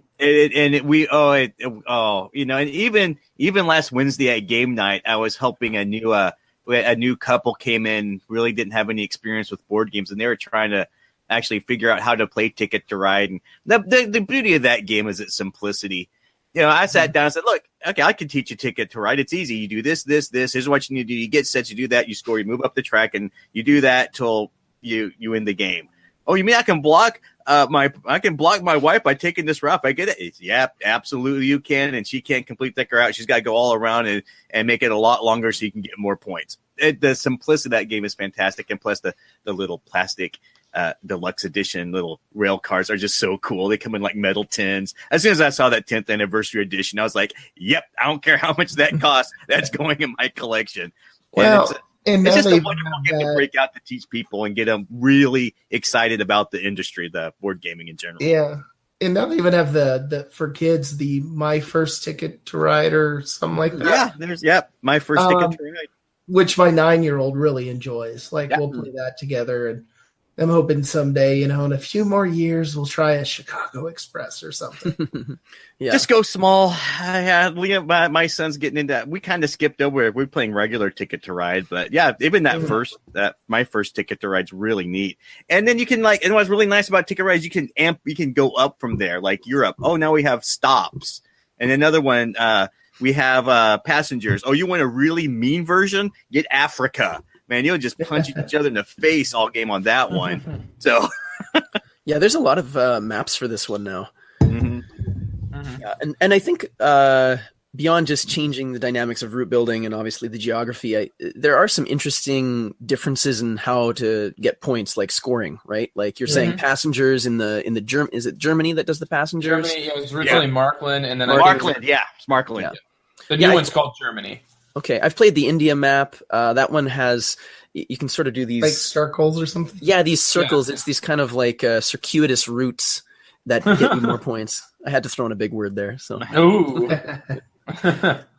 So the thing is, do you think that Ticket to Ride is one of those where it squarely stays outside of the train gaming? Is Hattanooga going to ever would that be something that you guys would offer as maybe a separate room where it's kind of more like a separate room? Yeah, let's isolate these movies. Next to the card. You go next to the Cards of Humanity people. Go over there.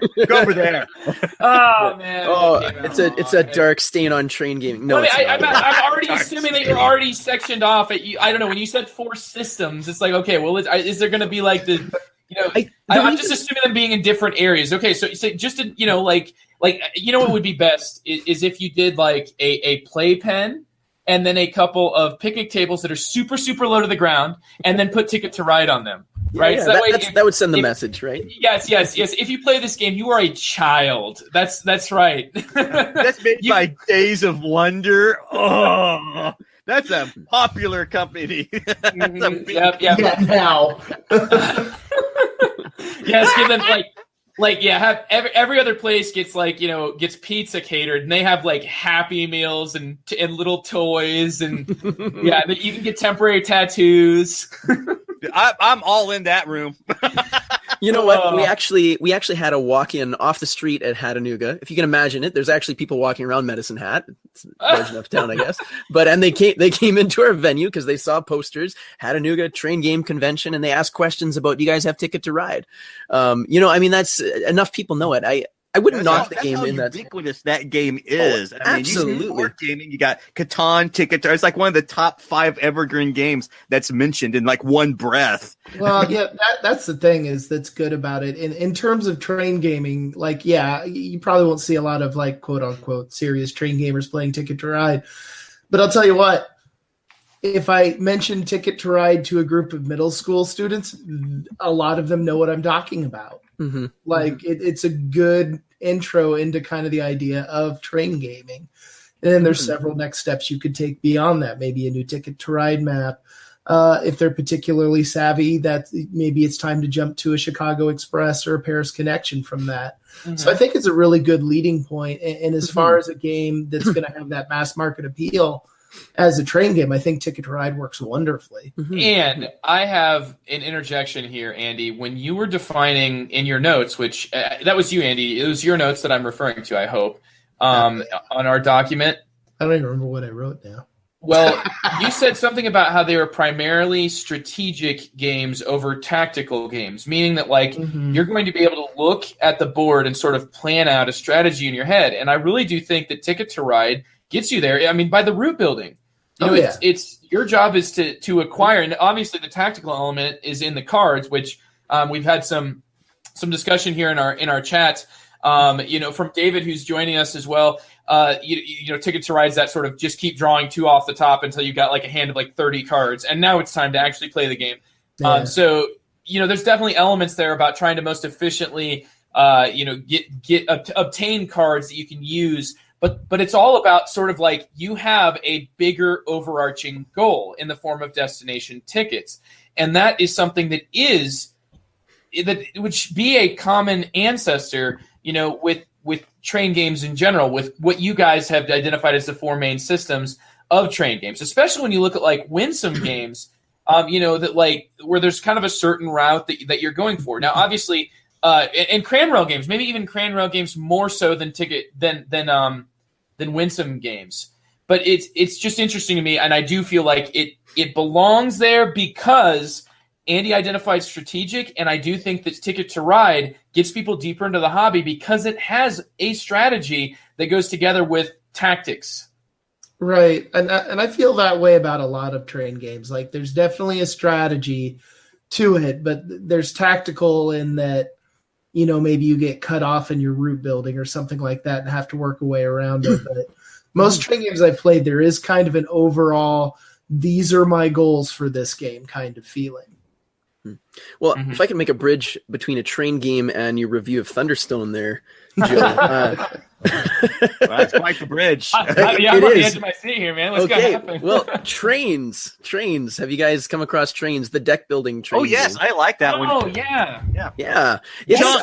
Putting junk in your deck. Awesome. Yeah. Oh, that's junk. That's the worst. But that game is fabulous. It was actually it was a game that my wife and I played with another couple. Oh, man, we must have played that thing 60, 70 times. I mean, we loved it. And that one's interesting because it actually, like, again, centers on route building, and that becomes a really important dynamic of what you're doing, right? There is blocking in the sense of like you're taking over hex spaces to incur more cost for the next player who does, and that sort of like thing. A winsome game of sorts. Like, it's almost like a step into winsome games. Yeah, the board at least is reminiscent of that for sure.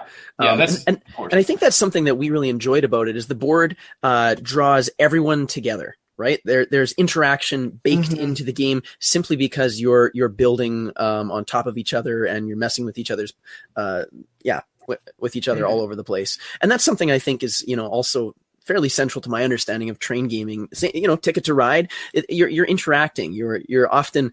I always know these moments when I was playing Ticket to Ride where someone takes the one route where I had 4 orange cards and that was the only route I needed, and it's so frustrating, right? But that interaction is great because it's all about timing, and that's something I think I see in the game of Trains as well. Is there is some timing questions to be asked when deciding what to do with your hand in a particular turn, right? So it definitely adds more than just what card do I get, and then I've got a card that lets me build track. It's you got to be careful, and I think that, like TC said, it's got that sort of junk that you're trying to manage. So I mean, man, the first time I played Trains, that's all my deck was, man. But I also like the board. I just love how that was the first deck building game I played. One of the first ones I played that incorporated a board and just put, like you said, Luke, putting it right there and everyone interacting with it. Wow. Yeah. Well, and it made me just so much more interested in everybody else's turns, right? I'm like, what are they going to do? I mean, as much as I find myself with deck building games, I often can get very consumed with my hand. But in this game, I felt like I'm in my hand, but I'm also watching the board because I have to be. Yeah, it's like it's a physical place for that interaction that, in a deck building game, if you don't have a physical place to interact, it can feel much more like a multiplayer solitaire affair, and I do think that like train games tend to lend themselves, like you guys were saying, to interactivity. And I would say Ticket to Ride also has that in spades, that sort of, you get maybe like has been talked about in our chat, you get a train chucked at you by your wife, and that's it. That's the end. That's the end. You never get to play Ticket to Ride, anything but base Ticket to Ride. Base Ticket to Ride, like, if it's a low player count, you could be interactive, but you can avoid it. But once you get to like about 5, yeah, that's when you start looking at the tickets. It's like, this is a 20-point ticket. I'm throwing it away. There's no way in hell that's ever going to happen.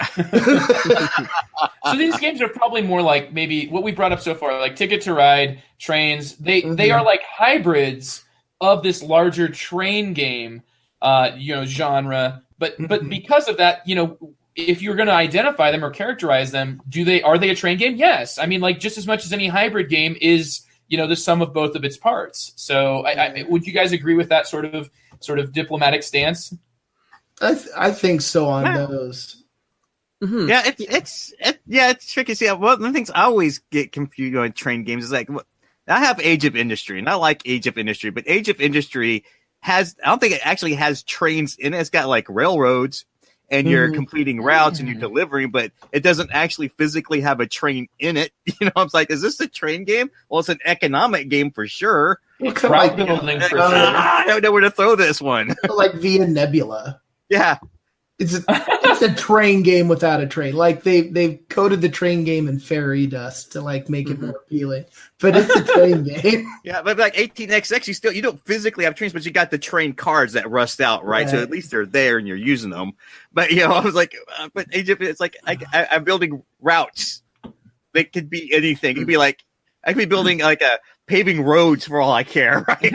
Yeah, it is. I mean, but like the routes that you're building also drastically impact not only your scoring. I mean, the way that they score seems like neither here nor there, but the way that you can like transport things along those routes, and the way that you're needing to get your sort of line towards a place for you to be able to build on those actual cities. I mean, it's is Age of Industry, Brass, either one of those, would they be considered a train game? I mean, okay, I'll answer this question by circling back to my thought on how trains, I think, facilitate just sort of a playfulness. Like, so I brought my son to our Saskatoon model train convention, right?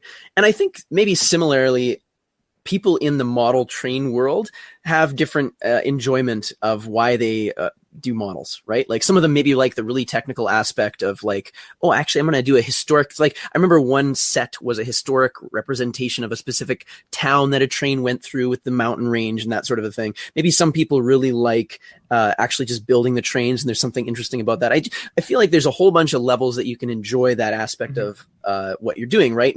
And perhaps similarly with train games, broadly speaking, I would say, yeah, maybe if you're really liking how the train games facilitate an economic game, such as in Brass Age of Industry, I'm comfortable calling that a train game. Now, again, like train games, and then if we want to get like labels, train gamer, that might look a little bit different, right? Maybe when we're talking about train gamers who are investing in the hobby in a specific niche, then we're maybe talking a little bit more about people who are investing in these systems. And that's kind of why I brought those up at the beginning, those 4 systems that we offer at Hattanooga, because those are these sort of, subgenres that have been developed. 18XX is not just one title that does some things and mixes some mechanics. It is a family.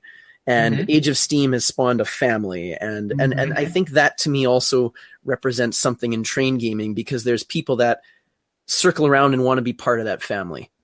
I don't know if that makes sense, but no, I think so. And sometimes people, I think with train gamers, pick a little bit from A, B, or C, and then there's some that are just like, nope, 18XX, that's all I'm playing, or Winsomes, that's all I really want to play, or whatever, which is absolutely fine. But I think there's people that jump around all those different aspects.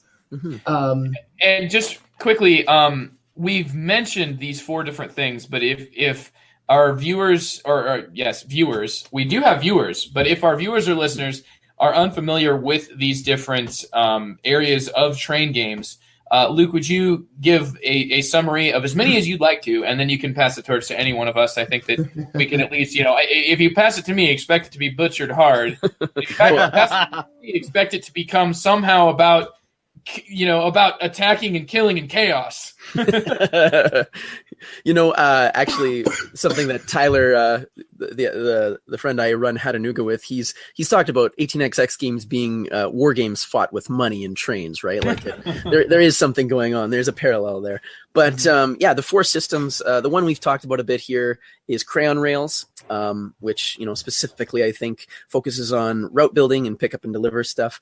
There's the Winsome games, which again, there's a broad diversity there.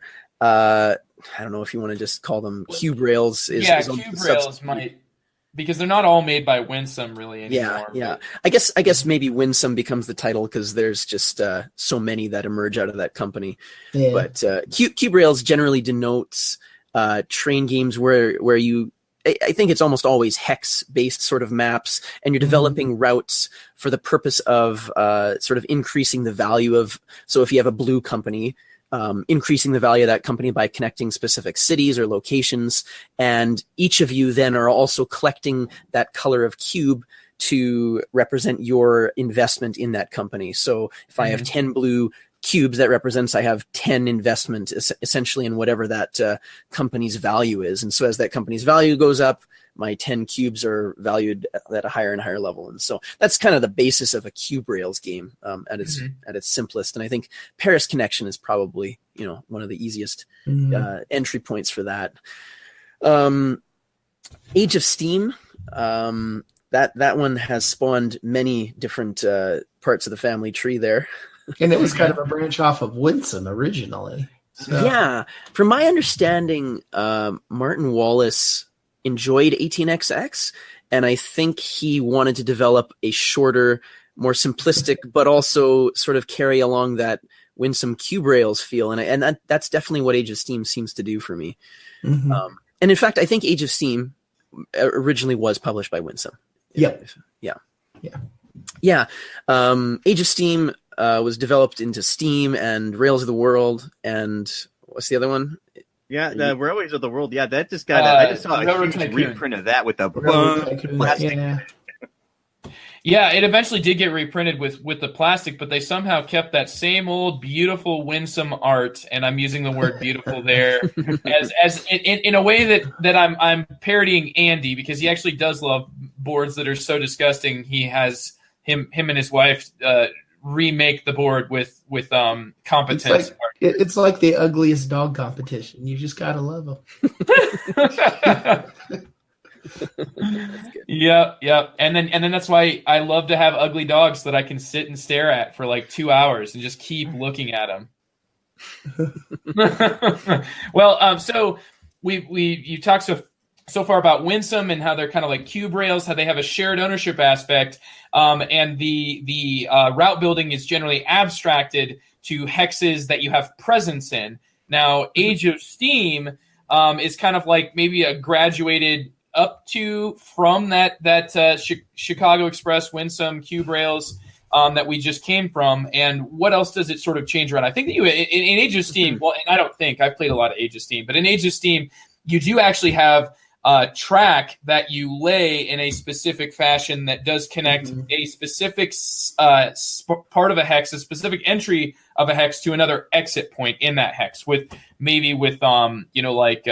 connection points in between, and you can maybe have like crisscrossing track and whatnot. Yeah, Age of Steam I think borrows from the 18XX genre its route building, but it is a simplified version because there's no upgrading of hexes. Correct. Yeah, and so in a sense, it can be even more brutal than an 18XX route building game. In fact, I do always find it more brutal because, hey, you use up all the possible entry points into a city, and you're not going to get in there unless you use my my tracks. So, I think 18XX. I think the payoff, the feel in that one is the long term. You're playing the long game, but Age of Steam, I always find way more tense. It's definitely more stressful. Oh my god. My favorite time in the 18XX game, or not 18, the Age of Steam game, is when you're in the auction and you're going around and someone goes 8 and the next person just goes and like starts going into calculation mode, seeing if they can afford to outbid or not. I think, Age of Steam, the difference there between a lot of the other Winsome games is it brings back the pick up and deliver as a pretty big component. Yeah, I always in Age of Steam, if I can pay back my loans, I feel like I've won the game. I don't care what the end score is. I'm like, I paid off my loans. I have officially won as a personal victory. If you play Age of Steam, you're never so happy as that first time you make $1. Yeah. In profits.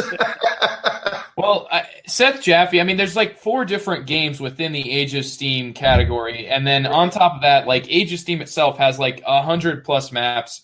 The other games that have come out also have multiple maps. Seth Jaffe of Tasty Minstrel, who who was just on last episode, had a very passionate defense of Railroad Tycoon as the pinnacle of those games, which was interesting because he was like the first guy I ever heard even mention Railroad Tycoon. Like I didn't, I've heard people say they prefer Railers of the World. I've heard people say they prefer Steam, but never Railroad Tycoon. So I mean, there's things for everybody within them, even though they are very similar games. And I think that it's a system, right? A family, as you said. And the main sort of connecting thing there is that you actually own your track in this game. Like you represent one single company and you own your track, and there is no shared ownership. But as we've talked before, the board offers like amazing opportunities for interactivity, both in the route building and also in the pickup and delivery aspect. So I mean, these are both hugely interactive aspects of the game. Add to that an auction. Like, where you're literally auctioning off special abilities. Like, and all these pieces somehow fit together, and it does not feel like a very rules-heavy game. It feels like a game that's pretty easy to get underneath your belt, but tough. It's easy to learn, but tough to play, which I definitely think that the Winsome shares a lot with Age of Steam in that aspect, even though you really no longer have shared ownership with Age of Steam, but it feels like much more interactive, because the interaction is a lot more like kind of knifey, I would say. I feel like it's a lot more, like you're not going to find many situations in which you're mutually benefiting from somebody taking an action, right? That's rare, whereas in Winsome games, it really is a lot more mutually beneficial. There's a lot of I'm helping you, you helping me, even though we're competing. So, yeah. With the Age of Steam, so which one do you specifically prefer, Luke, of those four? Honestly, I've only played Age of Steam, so okay. I can't speak to the others. Steam. I really like Steam. I like Steam quite a bit. Mm-hmm. Well, TC is all about Martin Wallace's second attempt at a game system. I do like the first. I like the previous edition of Steady and Emerald. I like the second edition of that one, so I don't know, man. I'm just breaking all the things down. Fair enough. Good. Oh, well. Yeah, and you know what? Actually, Age of Steam, the guy who sold it to me, not actually literally the copy or anything, but was Ryan Sturm of if you remember Ludology host from long ago. He was that guy. Every episode, if he could talk about Age of Steam, he was like evangelizing about it, and I just Age of Steam and Kalis. Yeah, Age of Steam and Kalis. You got it. Two good games, but Joe, I liked what you're saying about the auction there, and you're making me think that what Age of Steam does with the auction is it creates all sorts of timing tensions. In the way that you are fighting with one another, because that auction reminds me of a stock round in an 18xx game. Yeah. Because it's all about timing. It's like, when do I sell? When do I buy? What decision do I make at the right time? Because do I buy this stock now or later? Oh, those things are just fabulous decisions to make. You got to balance that immediate benefit that you'll get from like being able to urbanize and put out a new city like right now with, you've got that long-term, you're trying to, these 1 and 2 route deliveries are just not going to cut it into the late game, though you need to do them because, as it's been mentioned by you guys and in our chat, this is about balancing debt. And that's the adds that another layer of tension. So also putting the right amount of money in your hands and not $1 more, because that's an extra share that you're going to have to pay back, and lose points for at the end of the game. It like you said, it's about timing, and that's where maybe continue to share a similarity there with like Brass and Age of Industry, largely games that are about timing as well, finding the right window of opportunity to complete your actions and to, because there's 7 actions in Age of Steam, and there are probably going to be 3 of them that happen pretty much every single round. Like the urbanization is pretty much always going to be taken. You're almost always going to see somebody that upgrades their locomotive or does the that one extra thing, and then the other ones can kind of allow you to interact with the already set turn order of that auction. I mean, there's a lot of platforms for it gets messy there, and I'm starting to crawl into the rabbit hole of how amazing Age of Steam is. And we're not just do that for a long while. Yeah. Well, and the other thing, like with that auction, I always tell new players when I'm teaching them Age of Steam, just so you know, to keep this in mind for the auction. If you're winning every auction, you're not winning Age of Steam. If you're losing every auction, you're probably also not winning Age of Steam. It's all about winning the auction when you need to win. It's all about timing, yeah. Well, and like you said, with those things that subvert the turn order, like winning the auction to go first is great because you think I'm going to build first, I'm going to move cubes first. With that whole pickup and delivery thing, specifically on some maps, oh my goodness, the cubes can become so rarefied out there. Yeah.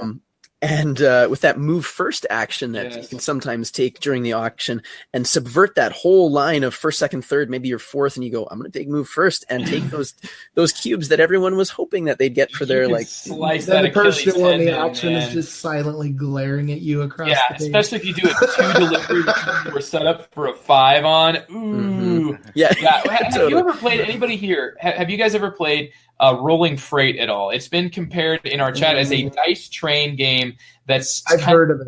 To Railways of the World, Age of Steam, but with dice involved. No, right? Okay. There is dice in Age of Steam, so I mean it does include dice, but it's in a much more. It's in a minimal aspect of the game, but it definitely still is enough to frustrate players. I think that was one of Seth Jaffe's reasons that he preferred Railroad Tycoon over Age of Steam, if I recall. But it was one of those, like the way that cubes come back on the board being randomized by a handful of dice is something that I think that he disliked. It was definitely some other criticisms, but yeah, that was among them. So I guess we don't have anything, unfortunately, to add to Rolling Freight. But we've so far talked about Winsome Games and now Age of Steam, the sort of family where you own your own company and it involves auctions and building out on the map and then pick up and deliver. So what do we talk about next? We want to just go. I think it makes most sense to move into 18xx and then kind of like talk about Crayon Rails because they're just kind of we kind of hit Crayon Rails a little bit already, but yeah. Before we hit 18xx, I do want to just, for those of you, TC, you've played Age of Steam, is that right? Or yes. Okay, I just maybe for those listening who want to get Age of Steam but are like, well, what would be an interesting map to get? Could you just list maybe your top 1 or 2 maps that you think would be interesting and what's interesting about them? I've only played Age of Steam on the base map, so I don't know anything. I can tell you the ones I'm interested in, like playing on the Sun looks cool. Disco Inferno looks awesome. Yeah. There's a few other ones that just look just look crazy as all get out. But I've only played Age of Steam on the map that came in the box, but I've seen some maps that make me want to try them, especially Disco Inferno. It's called Disco Inferno. Yeah. By the way, it specifically says in the rules if you start like humming disco, like you're penalized. Yes. Well, I'm going to jump in here and insert Andy because I'm going to let you go last. I think you're kind of more the expert on this, but the base map itself is it's that sort of classic. It doesn't add or change. It's like playing 1830. So a lot of people will say that it's not maybe the best one to start with. But I think that with Age of Steam, considering it is like a pared down game system that doesn't have a super high entry, like not many players are going to be like, oh, that game's 2 hours. I will never do that. It might not be one that you play every game or might not be one that you'll play just on the draw, like, hey, you want to play this game? No. But I think most people will accept a game that's at the length of Age of Steam. So I think that, for that reason, that the base map, the Rust Belt is what they call it. It's kind of like a northern, it's Ohio. It's like kind of the northern eastern side of the Midwest states. The Midwest that counts. And I'm saying that as an Iowan who's like not really included on the Age of Steam map. There's Des Moines in the Rust Belt map. Yes, Des Moines is in the. They actually, I guess it is clear on the western side. So never mind. It's just we're out in we're the one dot in like this huge area, whereas there's all this stuff in Ohio that's all But I guess our presence is felt there. I really do enjoy, and I think that maybe one of the best for learning the game if you want to give a map that's kind of nicer and has room for everybody. I really like the Vermont map, which is almost interchangeable with the New Hampshire map because it is just a less interactive, and really like I love the interaction in Age of Steam, but I don't blame new players. They get frustrated when they're trying to grok a game system and they have people stabbing them from all these different angles. It's like you just are not, unless you're a really, really quick learner, which I am certainly not. I get really frustrated when I feel like people are already cutting my feet out from under me and I don't know what's happening. So in Vermont, I think that even though you might not have the winning score, you're not going to have somebody that's just up in your face. It's what makes these games fun is not the Vermont map for me, but I recommend it to newer players because it feels like there's kind of a slice of pie for everybody and not, like one person's going to start spiraling into bankruptcy, which is what makes Age of Steam so amazing. So, but that would be where I'd say a good entry point. And I'll let Andy actually say, what his favorite maps are, because I just haven't played enough to really say much about the other maps. Yeah. My favorite ones I've played so far would be, I think Four Corners. That is brutal. Cause the big thing with Age of Steam is trying to alternate colors. So you don't want to be delivering to the same colors all the time. And then Four Corners, like anywhere you start, it's the same color city. So like the battle over urbanization is just insane. Yes. In the early game for that one. And then invariably, if you have 4 people playing Four Corners, like everyone builds in the plains and you have that one person's like, fine, screw it. I'll go in the mountains. I'll be that one. And you have to dig your way out. The other one I've played, I really liked. Let's see. China. China was interesting because you have to pay a fee to connect to a city. And the fee is equal to the numerical value of the city. So if you want to connect to a level 6 or like the 6 dice city, you have to pay another $6 to make that connection. And but they do some funky things. Like normally in Age of Steam, you always have to build off track connections you've built. But I think in China, if I remember right, you can come in from other locations just as long as it's on the coastline, which makes things really funky. And on the reverse of that is Mexico, which I haven't played, which has a mechanic called nationalization, where basically you can pick it and then you can look at someone and go, oh, look at that track you were building. Yeah, let's nationalize that. Okay, you don't get points for it at the end of the game now. That sounds like something straight out of an 18xx game. Oh, God, it's vicious. The 2 things I probably want to try most, I haven't got the chance to because they would require some people who know what they're doing. Advanced play. I know what one of them is. Yeah, Taiwan Cube Factory, where there's no production. You collect cubes and you have to fuse them into other cubes. And try to... Yeah, I just recently played that one and it was fabulous. I mean, it takes the small random element that exists in Age of Steam on the base map specifically, which is this production piece where you have to roll dice and depending on which dice, they'll go to specific cities. And it shifts that into when you're doing deliveries of cubes, you actually retain that as a player. So now I'm not just thinking about making money for my company, but I want to think I need a blue and a red cube because there's also a little formula chart. You can change red and blue into, let's say, the black cube or purple or something like that. And so there's a whole mix of these different possible formulas, but you often need 2 cubes to change into 1. And then you can actually place those things with the production action in any city that you want. So it gives a high level of control of what you can actually produce as a player and where you can actually put it. Yeah, I've heard like avoiding bankruptcy in that one is really hard. Oh yeah, and all the builds are twice as much. That's right. Yeah. The other one I want to do just because it sounds insane is the Vermont map you mentioned. There's a New Hampshire map on the other side. I've got 2 copies because you can do like a game that plays up to 8 with the Vermont and the New Hampshire map together. And then depending on which map you're on and you can transition between them is what rule set you have to play by. So if you're in New Hampshire, you have to play by the New Hampshire rule set. But if you're in Vermont, you have to play by the Vermont rule set. And then there's like a smuggling action to smuggle cubes across the border to the other maps to use. I don't know, just like playing 8 players for hours doing that. Just that would be stupid fun. If you all knew the game, that could just be something fantastic. That could be like your epic level TC, exactly. your 9-player TI4, TI3 game. So I'll just mention one before moving on here that I want to play because Taiwan Cube is one of my favorites right now. But the one I have that I haven't gotten to the table, because I think it just requires that exactly for very experienced Age of Steam players is Golden Spike. I have it too. Yeah. So this map is long. It's like a 4-part board, but you put it out lengthwise, and it's a team game. So it's actually semi-cooperative. So 2 players are working on one side and 2 players start on the other side, and it's a race to the center. So the first person to build a tile on the Golden Spike hex in the middle of the board immediately ends the game. And so the interesting thing is, both of these teams want to hit that spike first, but only one of your team members is going to win the game by doing it.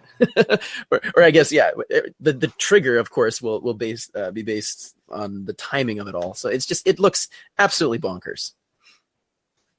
Well, very cool. So we've talked now about we've got through Age of Steam and that sort of branch.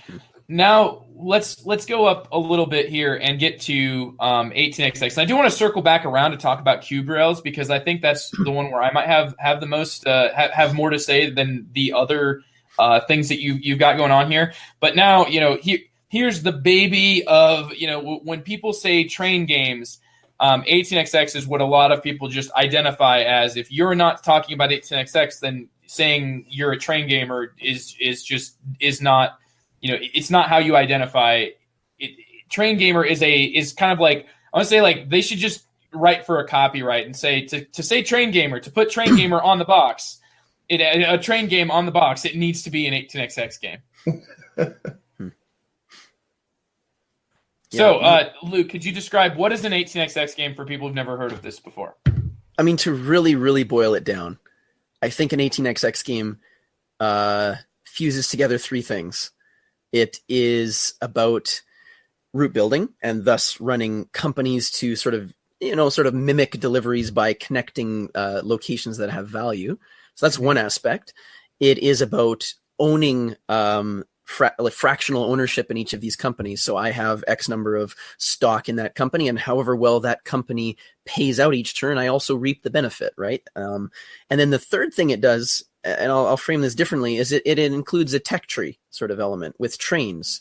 And that dynamic of requiring trains that harmonize with that route building, that also then harmonize with how much money that company's paying out with that sort of fractional ownership of things, is what I think makes it really quite fascinating. And just there's between this trifecta of an 18xx game, there is incentives going in all possible directions there. And the need to balance those 3 things is of utmost importance.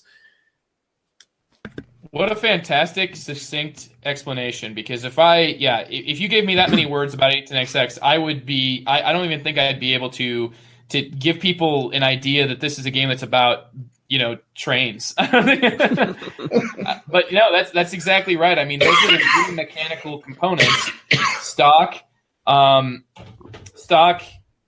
the routes, and then the trains themselves, which form like the tech of it. So yes, these 3 main components.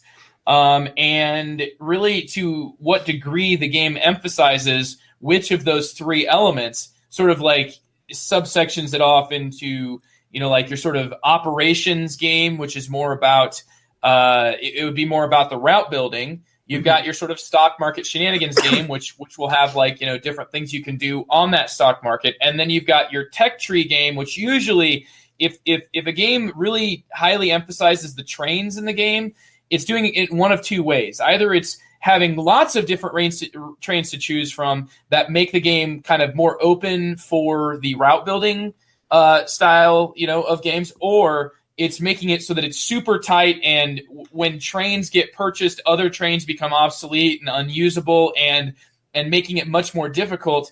And that would push it more towards, I would say, a shenanigan type game, but certainly like just a tight, cutthroat.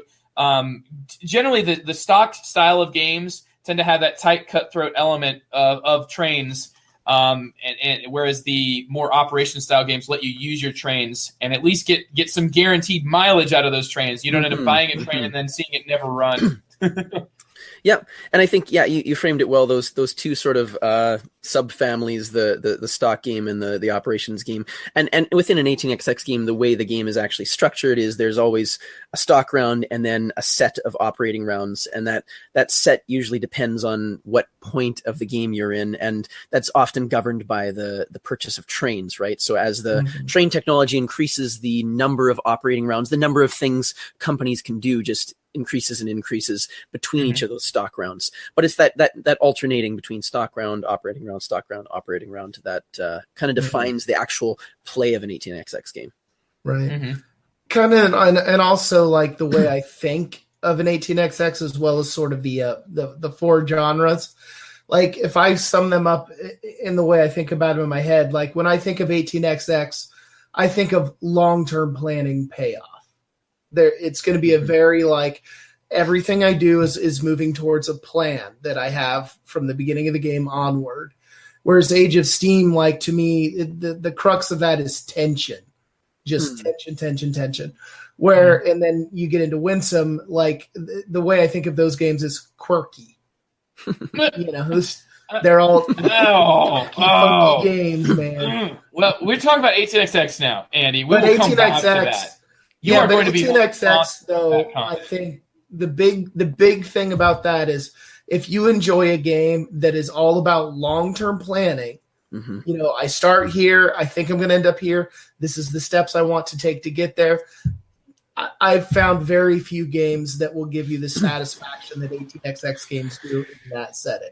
Yeah, I like how you framed it, Andy. Age of Steam is about tension, and I find 18xx is about moments. Like, this is the moment that could be a game, and sometimes you have to work towards that. You might have it in your mind, or it might emerge throughout the gameplay as like, there is this moment coming when I'm going to make this move. I can see it 2 stock rounds from now. I need to get priority deal. There's just so much you have to lay out in front of you. Lay out those tracks, right? And prepare and plan to make that moment happen. I can give an example. I actually just played a game of 1849 last night.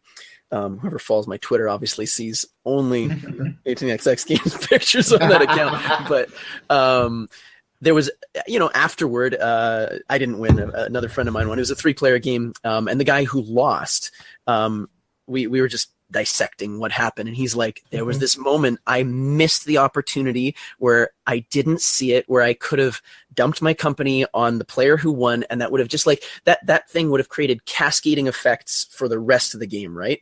And there's these like one moves in a moment that could completely reshape the thing. And I'm finding myself, what I love about 18xx is finding those openings.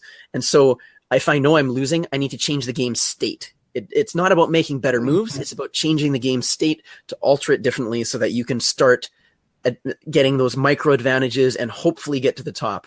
I wasn't able to do it. The game changer that I attempted to do was to consolidate into one company, my best train, so that my payouts were higher, because I knew that my stock appreciation wasn't going to win me the game. The player who won the game had the better stock value, but I was thinking, if I can keep getting payouts every operating round, I might be able to catch him on my cash.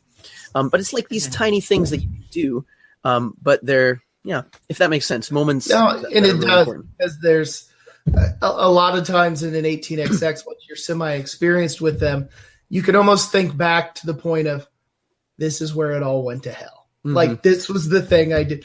My favorite example of that for me is 18OE. We played a full game of that, and it took us 24 hours spanned over 3 days. And the sad part of this was we were at hour 16, and I looked at my buddy that we were playing with, and I'm like, it's taking me this long to realize I lost this game in the first 30 minutes. That would make sense though, Andy, because like you mentioned quirky for Cube Rails games, and I would say that a Cube Rails game can have a very inconsistent feel to how like money gets spent and money gets made, whereas 18xx games are much more deliberate.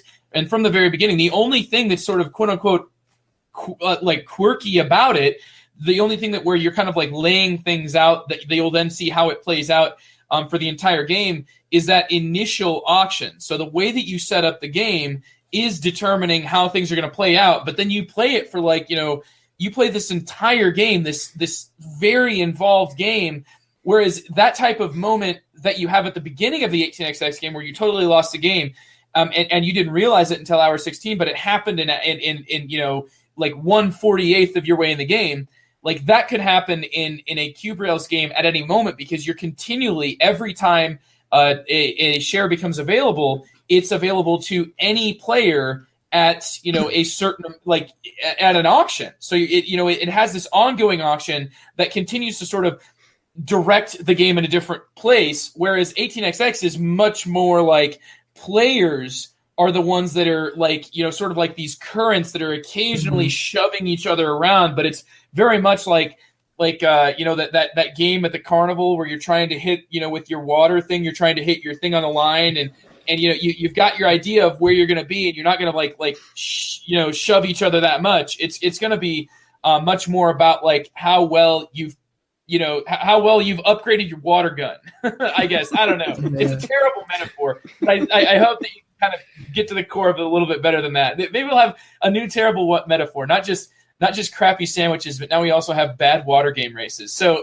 but yeah, like the players are much more in control of dictating the direction that the game's going to go. And those moments, like you're saying, that where the game takes a left turn are dictated by what players have done to set up, and not like an auction where somebody overextended, or an auction where somebody got something for super cheap and then found themselves in a position where they could then continually auction off things and get more stuff. So, or an event card. Sorry. When? Where? What? Is there any? No. Had some no 18xx though. No. I'm mocking that. Like we're saying, the game can shift, right? And right. I feel as though it can happen through the auction. It can also in certain games happen through event. Yes. This is very player driven, which is very different than a game driven shift, right? Yeah, right. like Battle of 5 Armies might do that same sort of thing through like an event card, say. Yeah, exactly. I just give you crap. Yeah, it is based on all the decisions at the tables of the players and what they're doing. Excuse me. And that's something I really enjoy about them as well. Is kind of that low luck aspect. Well, there's not any luck in many of the Cube Rails games. There's no luck involved that you can't like sort of, that isn't addressed by some sort of a balancing mechanic, usually in auction. So I mean, it's players that are punctuating it. It's just that the games, I would say that there's as much swinginess that can happen in an 18xx game. The difference is though that like if you get a train rusted on you in an 18xx game, that probably happened because somebody noticed it. But here's what I would say though. To a certain extent, I wonder to how much it's like there's a hot potato that's being passed around in the 18xx, and somebody's going to end up like going down with the ship. Somebody's going to do that in many of them in those really tight games. But because that's such a known thing, then can't you kind of keep drawing back the curtains until you see that like, hey, because the game started this way, you are the one who is going to rust? How deterministic is it? There's so much depth within each of those elements of an 18xx game, right? Like, the train rusting obviously is this tension piece, but the way you operate your companies and the fact that you can possibly own 2 or 3 or like multiple companies and the ability to juggle and all the there's all these like elements of the rules that provide that depth for you to get around those possible shifts and changes in the current of the game, right? And so it's as much about going with the flow as it is about making the flow change directions, right? Yeah, like once you start getting experienced with 18xx, there's very much currents going in the game. And if you're not the one kind of in charge of that current, then your goal is to figure out how to disrupt that current.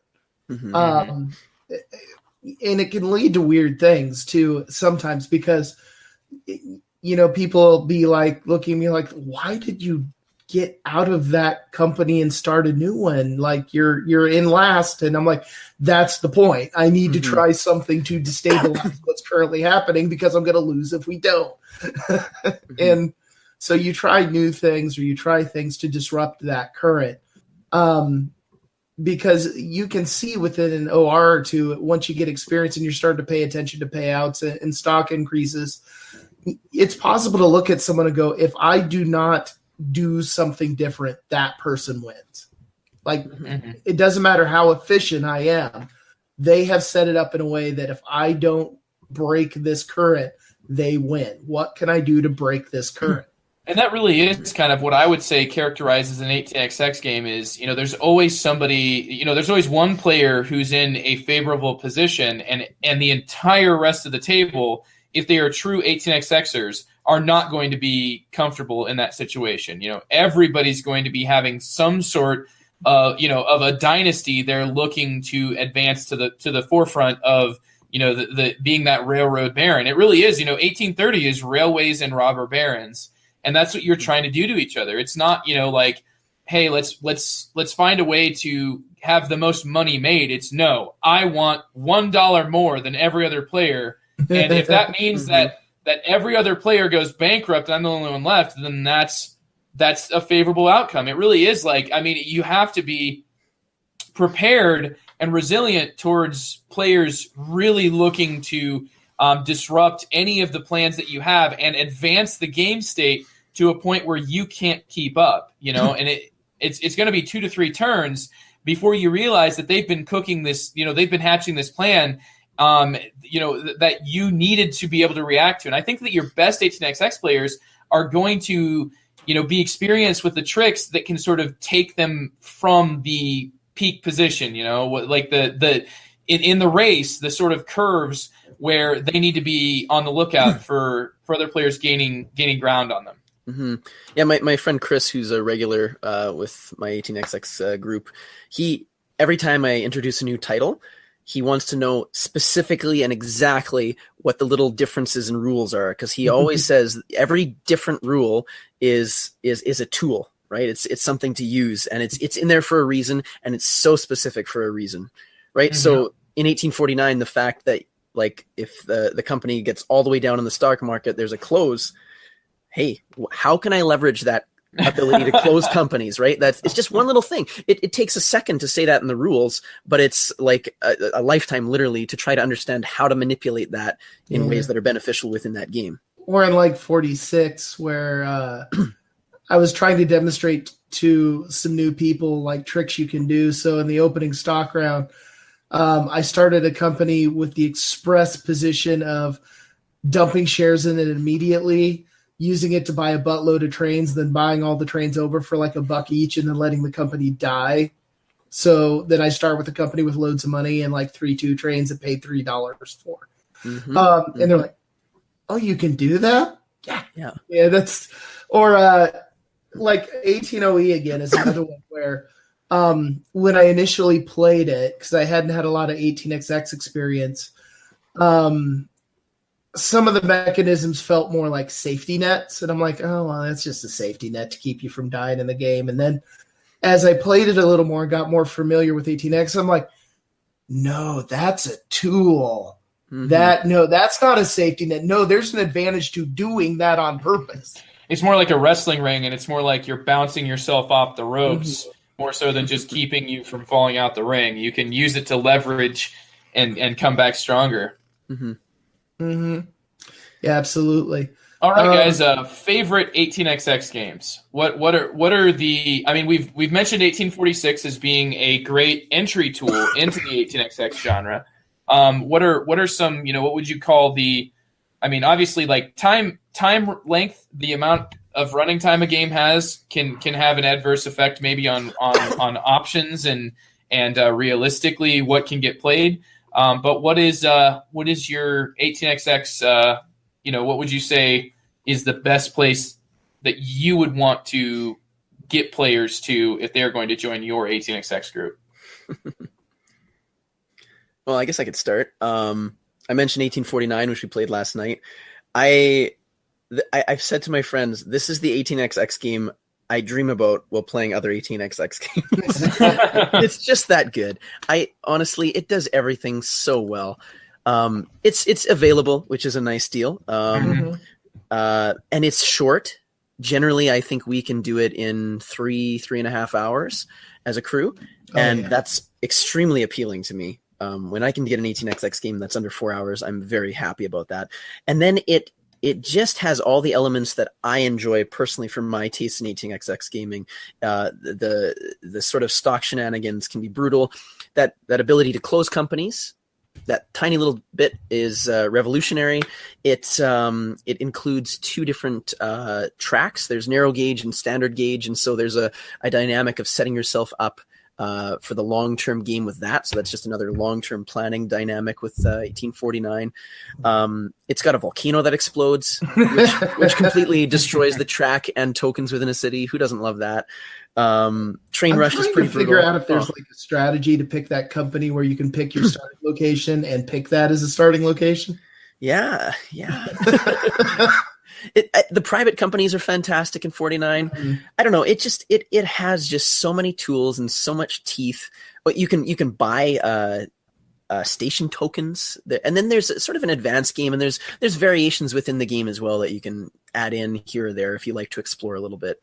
49 is just fabulous. As I've played a number of titles now, this is one I keep wanting to come back to, and it has a pacing thing that I really enjoy. So I'll just leave it with that one. Have you tried 18 Mechs? Yes, I really do like that one. That one is, if I had to suggest, if you wanted to go 1846 and you didn't necessarily want 1889, which I think is another good sort of parallel game to 46, I think 18 Mechs is probably a tiny next level up, but fantastic game. Yeah, it has some nice little teeth and mechanisms in it too. I really like that one. It's kind of a next step game. For me personally, I think it depends on my mood at the time, but I tend to break my 18xx games into 2 distinct categories. The categories are games that are vicious, and games that are just insane in the sense of they threw every mechanism in there but the kitchen sink. Out of the vicious category, probably my favorites would be about 49, maybe Ireland. Ireland, if you can get a good play count on it, is pretty nasty. And in the category of threw everything but the kitchen sink in, probably my favorites there right now would be 62 and 44. What about 1822? How would you characterize that one? It goes into the everything but the kitchen sink category. Everything. Yeah. Well, it seems to me that it's really looking at sort of modern, what people are looking for is a system. There's randomness in 1822, right? I mean, there's in the sense of what comes out when. I think 1822, out of all the 18xx I played, 1822 allows someone to play the kind of game they want to play more than any other game. If you want to be a merger person, you can be a merger person. If you want to do a little shenanigans, the stock market kind of allows for that. It's mostly, I think, a run good companies game, but I think it allows the people to, through the auctions and what's available, to play the style of game you really want to out of it. It's felt like that to me. Very cool. Well, thank you so much for telling us all about 18xx games. And I'd like to quickly circle back around because I didn't get a chance to say this. My favorite games in the Cube Rails Winsome genre, for an entry level in, I would consider, and none of these are going to be, well, I guess I will put at least one Winsome game on. But I think that if you're starting out into any stock game, if you want to get into train games, actual train games, as light as you can go, I believe is Mini Rails. I believe that it is easier to teach, easier to play than Paris Connection, and just shorter in general. But it still has stocks that where at the end of the game you don't have to figure out any payouts really. It's super easy. Every time somebody buys stocks, you just move all of your stuff up one or move it all down one. And it has a random, not a random, but a variably set up board that's really, really cool. And then in between rounds, there is a setup of sort of a drafting line that'll determine turn order for next round. That's kind of nifty because a lot of cube rails win some games do something interesting for like turn order for the next round, like American Rails does. But I really like that as an entry level in. I've actually never played Paris Connection, but I know kind of like the general idea of it. And knowing the difference between those, I'm pretty sure I would be still firmly in the mini rails. It's different from other cube rails games, but those things make it easier.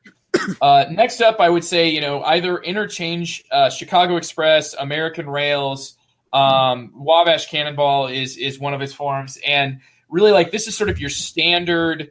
Like your standard mid-weight cube rails game where everything that it does is kind of like that firmly in the cube rails ballpark. Some of these cube rails games can get to the point where it's almost like a social experiment. They're so light and so different and so quirky. Yeah, what's it called? Northern Pacific. But this is definitely like a train game. Exactly what you described, Luke, is like all those elements are in Chicago Express, right? You've got companies that have sort of specific starting areas, and then they sort of work their way towards getting to Chicago. And once they get to Chicago, then a special railway opens up that sort of like ushers in the end of the game. And it's how much money you make during the game that really is what Chicago Express is all about. There's not any like huge payouts, and I think that's something that's like sort of like the standard cube rails mantra. But my favorite in the genre is Iberian Rails. And that mixes together role selection and that jockeying for turn order as far as that goes. But then it also adds in like companies are actually owned by a specific player, whereas in other cube rails games, any player that has stock can take an action that either hurts or take an action on behalf of the company. Sometimes that's just to tank a company. Other times it's to actually actively try to get that company better. In Iberian Rails, to be in charge of a company, like the companies take turns, like an 18xx game, much like Imperial, Matt Gert's game that probably would fit into the train game category that we've identified, though it's not about trains. But because those companies actually are the ones that take the turns, the CEO actually matters, and that pushes it up to that next level. The effects of these different the roles and the way that they actually impact how much it costs you to build track is just fascinating. It's one where you can see a gameplay out in a really different way based on what comes up in the game. It adds like just a really cool, to me, it marries together sort of, your role selection, something that as a primarily Euro player, I really love, together with cube rails, which is another thing that I really do love. So that's sort of like, I would say my three, if you're going to own any three games, own those three. And if you really want to stick it within win some games, then do Paris Connection instead of mini rails. But I really think mini rails is the way I would go. So thanks for letting me get that in there then about cube rails. And now cran rails. Do we have anything else to say? Or I don't think anybody here is really an expert on cran rails. It sounds like Murr from our chat, who's actually been gotten a chance to play at the inventor of the cran rails genre. He's actually gotten a chance to play at his house in his group, play cran rails in that way, and has a history of playing cran rails. It sounds like he's really the guy that we need to have on to have a cran rails episode. But for now, I think that we don't have much depth to go into aside from just, you're writing on the board. You have specific routes. You have to pay for those routes. It's kind of like separate from all these other three, train game genres. It hasn't aged, I would say, as well as these other genres have, as these other, systems have, just judging by how many people are now playing them. But there are certainly some ways, some like string railway, paperclip railways that you do see the same sort of idea of cran rails, and maybe people who are like, that's not cran rails, it's maybe those are more hybrid games. But anyway, there is certainly some ways in which the way that you design your own routes, and they can really change drastically because you're actually writing on the board and not, limited by a tile pool or other sorts of, like limited because presence in a hex means that you have essentially track in and track out in any direction you want. So it definitely keeps things very open by every single route. It's just drawn on between 2 points. So Yeah, one last one I wanted to kind of bring up that's being designed. Have you guys seen, I think it's 18 Lilliput? Hi, it's Joe from GBU, and I want you to be an outlaw. Well, not literally. I want you to join in the community of GBU listeners who have grown a liking to calling themselves outlaws. I invite you to join our BGG Guild. Go to BoardGameGeek.com/guild/2173. How about following @GoodBoardUgly on Twitter? Email GBU direct at goodboardugly@gmail.com. Good Board Ugly is not responsible for any criminal behavior committed by its podcast community.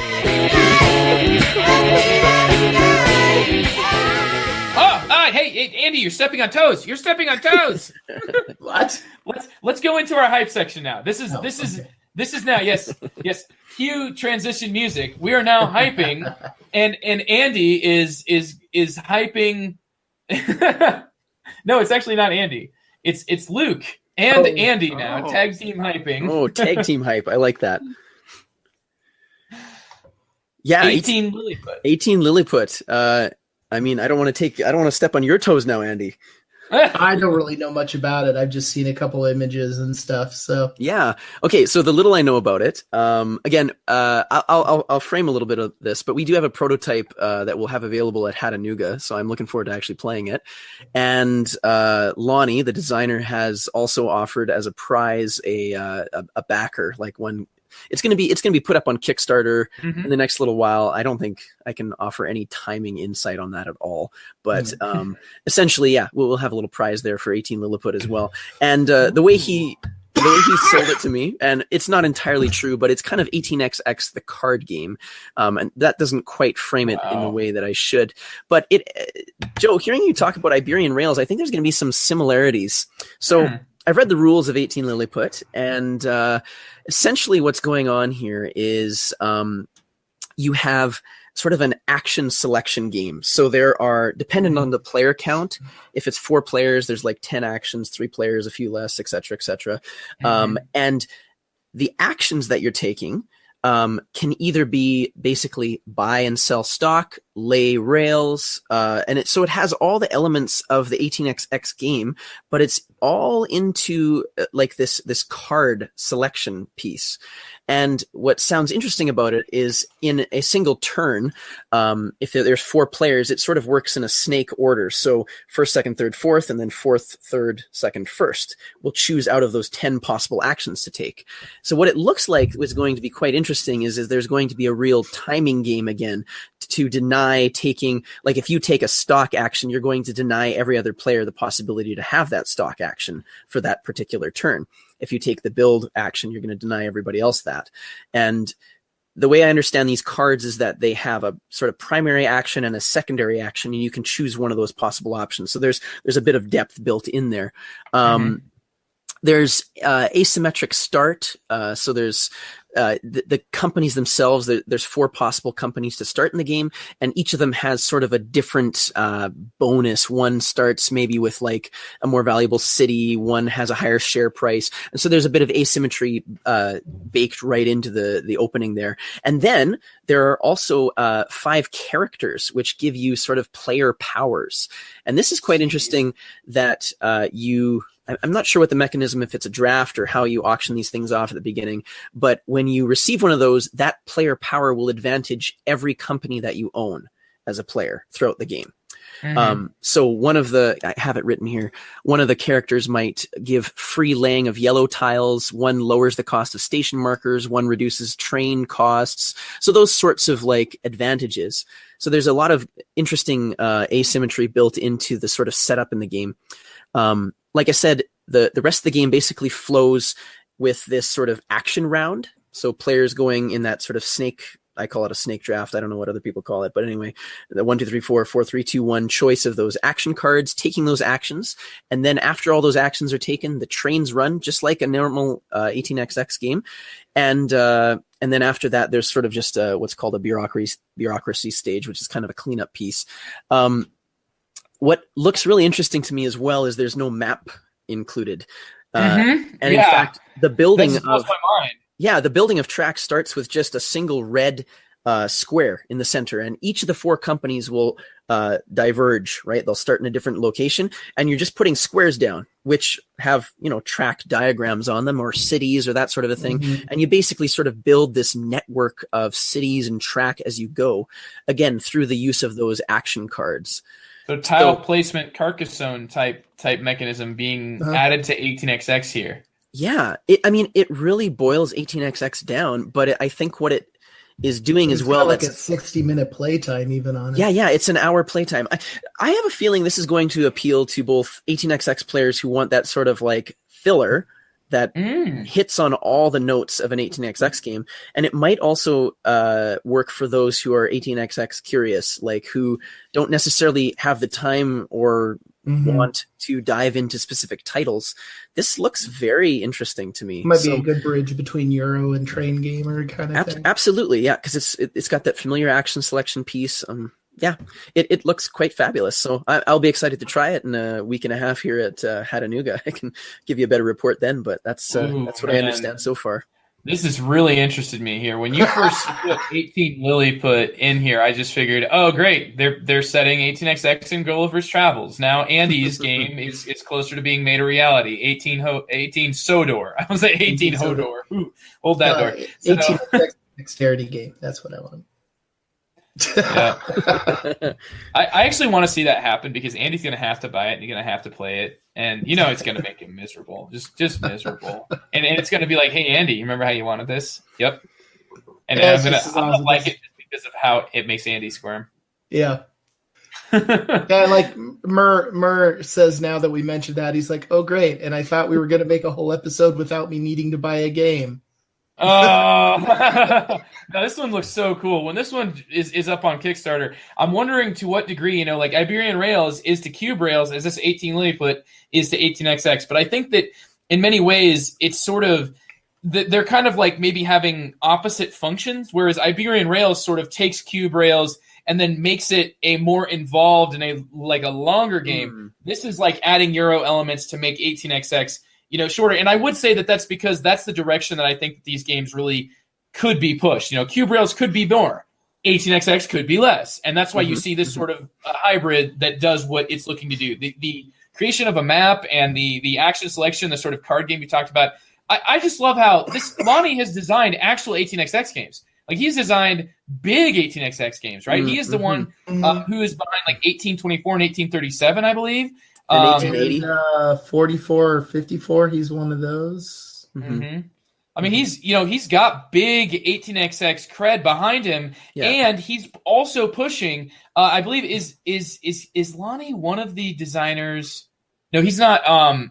Is he one of the designers of Terra Mystica? I know that he's one of the designers behind Russian Railroads. Yeah, Russian Railroads. Yeah, and I think was it Lonnie or was it the other guy that did First Class?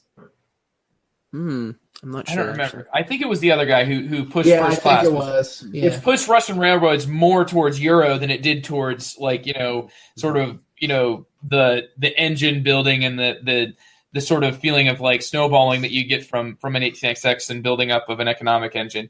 But yeah, to me it's just absolutely fascinating. Really cool that these designers are looking to challenge what it means to be a train game. And if the designers are doing that, well, darn it, so can the players. And I think, Luke, you're really pushing for that direction. Andy, shame on you. Just shame. What? I said I wanted to play it. It looks good. I like what you're saying, Joe. I think Lonnie is a fairly creative designer and not just an 18xx designer, as he's proving. He's trying to If you play 44 or 54, they have a tendency to stretch that system pretty in pretty odd ways. But I like that, so it's all good. Nice. Well, very cool hype section there, guys. Very, very cool tag team hype, though Andy still has another one listed here. But first, I haven't heard from him in a while. TC, please tell me about it's not – well, Trent was going to talk about this upcoming Arkham Horror game. I gotcha. LCG thing, I'm on it. But, I'm all over that one. Yes, as you guys know, the Arkham Horror card game has officially entered my top 10 games. and this is the newest campaign. The last one, the Path to Carcosa, was fantastic. This new one is going to be an archaeological adventure into the Mayan depths of the temples with snake people, and we are so chomping at the bit to get this one going. It came in. I can't wait to start it. It got 5 new characters to build. Arkham Horror, the card game, has continually impressed me with its storytelling and its campaign and its system. And while it is a bit of a money sink, it is so worthwhile. And the biggest thing I can say about this game and the system itself is that it has made Carissa want to build decks for a game again, which she completely swore off after getting burned on Magic so hard way back in the day.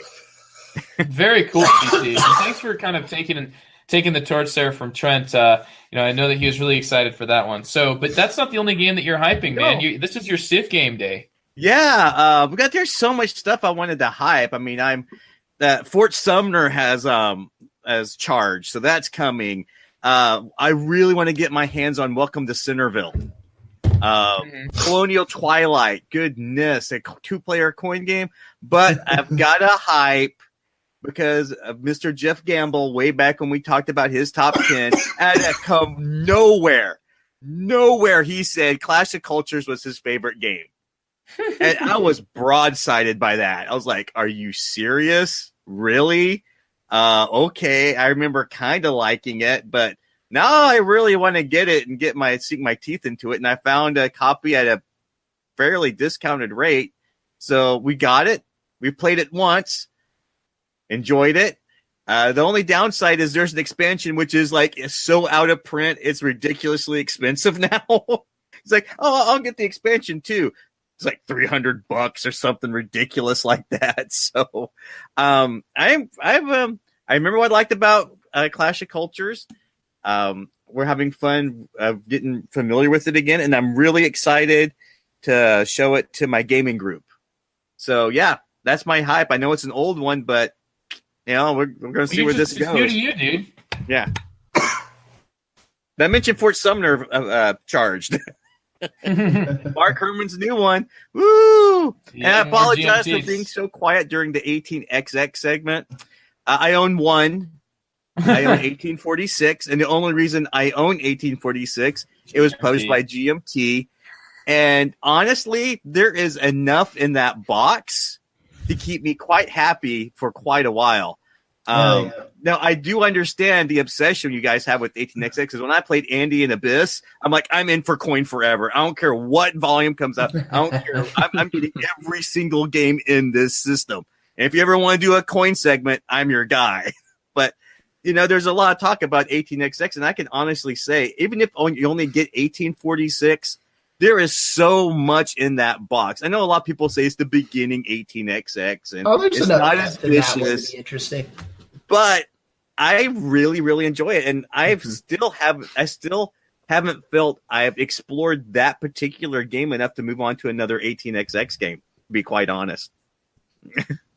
Yeah, I respect that. That's a great way to look at that. Yeah, and I think a lot of 18XX players though view that almost have a negative view of 1846 because they think that it's it's supplanting something, whereas they feel like it's this huge, they look at it as people say they're into board games and all they play is Settlers of Catan. Well, people say they're into 18XX games and all they play is 1846. That same sort of connection where it's there's all these games out there and you're just going to play that one simple one. Well, and from what the thing I'm enjoying with 1846 is that I've seen other people play. I've seen 1830 being played. And the thing I'm enjoying about 46 is that it gives me the opportunity to explore the investment, the stock market more without having to worry about some kind of weird shenanigan coming up and biting me in the rear end. You can see the rust coming, right? Yeah, you can see a buyout coming a mile away in 46, right? So it gives me opportunity to get real comfortable with the way the investment track works and all that. So Because I've seen, like, I saw an 1830 game played, and it was like the most vicious thing I ever saw in my life. And when you guys said it was like a war game, I agree. 1830 was just that play was nasty. I thought someone was going to punch someone in that game. It was pretty the brutal. last time I played it with some guys locally, like somewhere in the second OR, we all bought shares in each other's companies. Then we're all looking around. We're like, this cannot end well. Yeah. And then the next SR was like, I'm selling yours. And like, But yeah, I've really enjoyed 46, and I've enjoyed it so much. I'm like, this is I like this. I want to keep playing this one, guys. I like 46. Mm-hmm. No, I love that, and I'd love to come back to it more again. I think one of the things 46 does really well, and you just mentioned it here, TC, is that it really challenges your understanding of investments. Yeah. Like, I think investing in good companies is a difficult thing to decide and figure out how to do, right? And you got to have some foresight in that one. And because, in a game like 46 where the stock market can do those double and triple jumps, stock appreciation is a huge thing. And so which stocks you own is really important.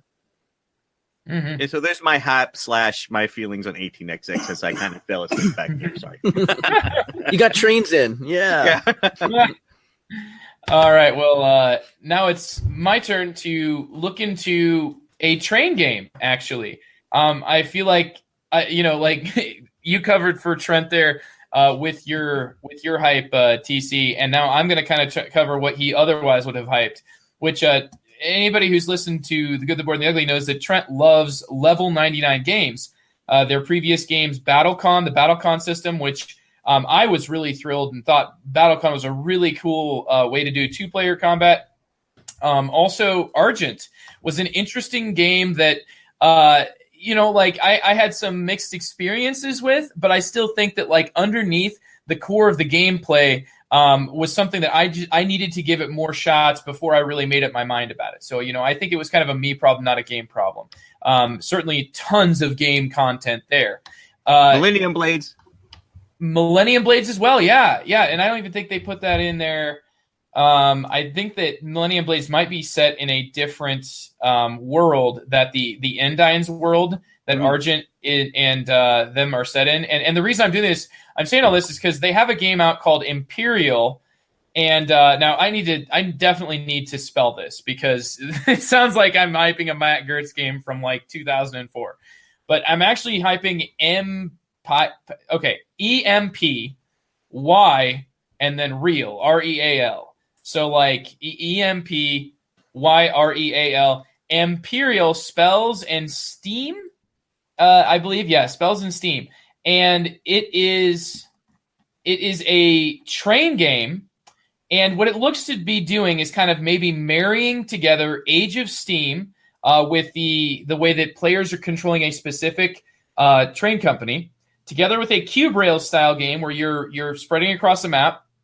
And it's going to have that sort of like a randomly generated map like Mini Rails has. Then you add on to that you have like a player mat, and because you're going to be delivering things, they're going to allow you to upgrade certain elements of your train company. If you've played like Hansa Teutonica, the way that you sort of upgrade your player board, well, here you're also going to be adding cards that are special capabilities, and what you have delivered up to then determines what you can actually upgrade it, like how you can upgrade it. So also, oh man, the game's just not on the tip of my tongue.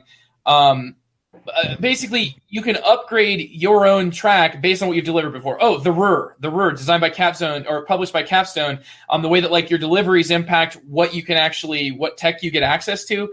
That's kind of seems like to a certain extent is what's getting explored here, where you're managing resources to purchase tech to then give you permanent upgrades, and all that is wrapped into just like a metric ton of variability. And it's got 2 different pledge levels, one of which is a deluxe level that's $34 more than the base game. And usually when they have like a deluxe game and a base game, I usually sit there and say, I'll just wait until it comes out in retail, because I'll just buy the base game, but I want to buy the base game at like the cheaper price. I don't want to pay like the higher price that you end up seeing with Kickstarter, especially when you have to pay for shipping on your own. Here's what they're adding in the deluxe game though. Resin painted resources. And it looks like, like you're basically buying like a whole bunch of just beautiful. I mean, it's going to be kind of like that, maybe like the Tasty Minstrel Deluxeified Orleans game that really went for a lot of money to everyone who sold it except for me because I'm an idiot and I don't check prices on BGG. But this just looks like it's going to be really, really cool. It looks like it's going to, like I said, marry together like it's your train company. And even the base game comes with unique minis for every one of the train company cards. So every player will get a unique set of train minis. Kind of think like Age of Steam has in its 3rd edition that everybody like the much maligned non-disc plastic train pieces that fall off of the hexes. I know they're not quite as good, but they look better than the little circles. Well, this one has those train minis, but it looks like they're going to fit on the tiles a little bit better and be actually unique to each player. So if the idea of upgrading your own train company and running your own train company, mixing together, once again, sort of like a hybrid between two different things, this looks like a really cool train game. And, it looks like it might be my first level 99 games that I've went out of my way to purchase. So not that the other ones aren't great games, just none of them have fit into my collection as squarely as this one looks to Imperial, Spells, and Steam. A train game with mana crystals. Well, doesn't Iron Dragon kind of do that? Iron Dragon is a Cran Rails game that's like fantasy themed, right? And it's got like the different things that you're delivering are like ingredients to potions, but I'm pretty sure that's about as far as it gets.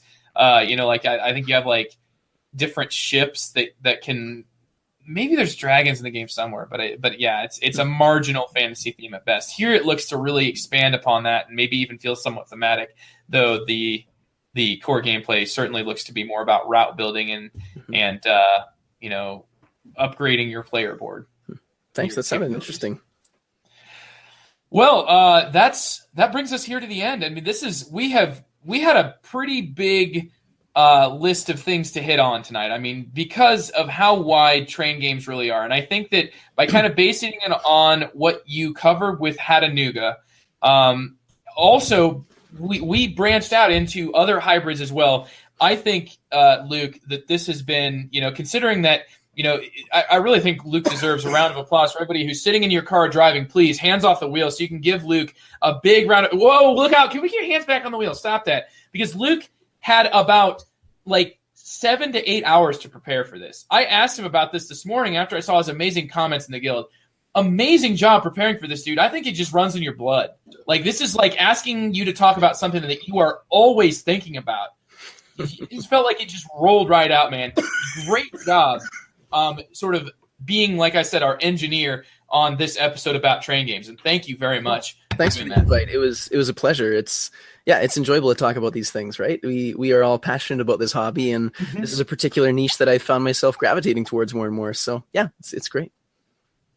Well, and Andy, I should say it wouldn't have been a train game episode unless it was long.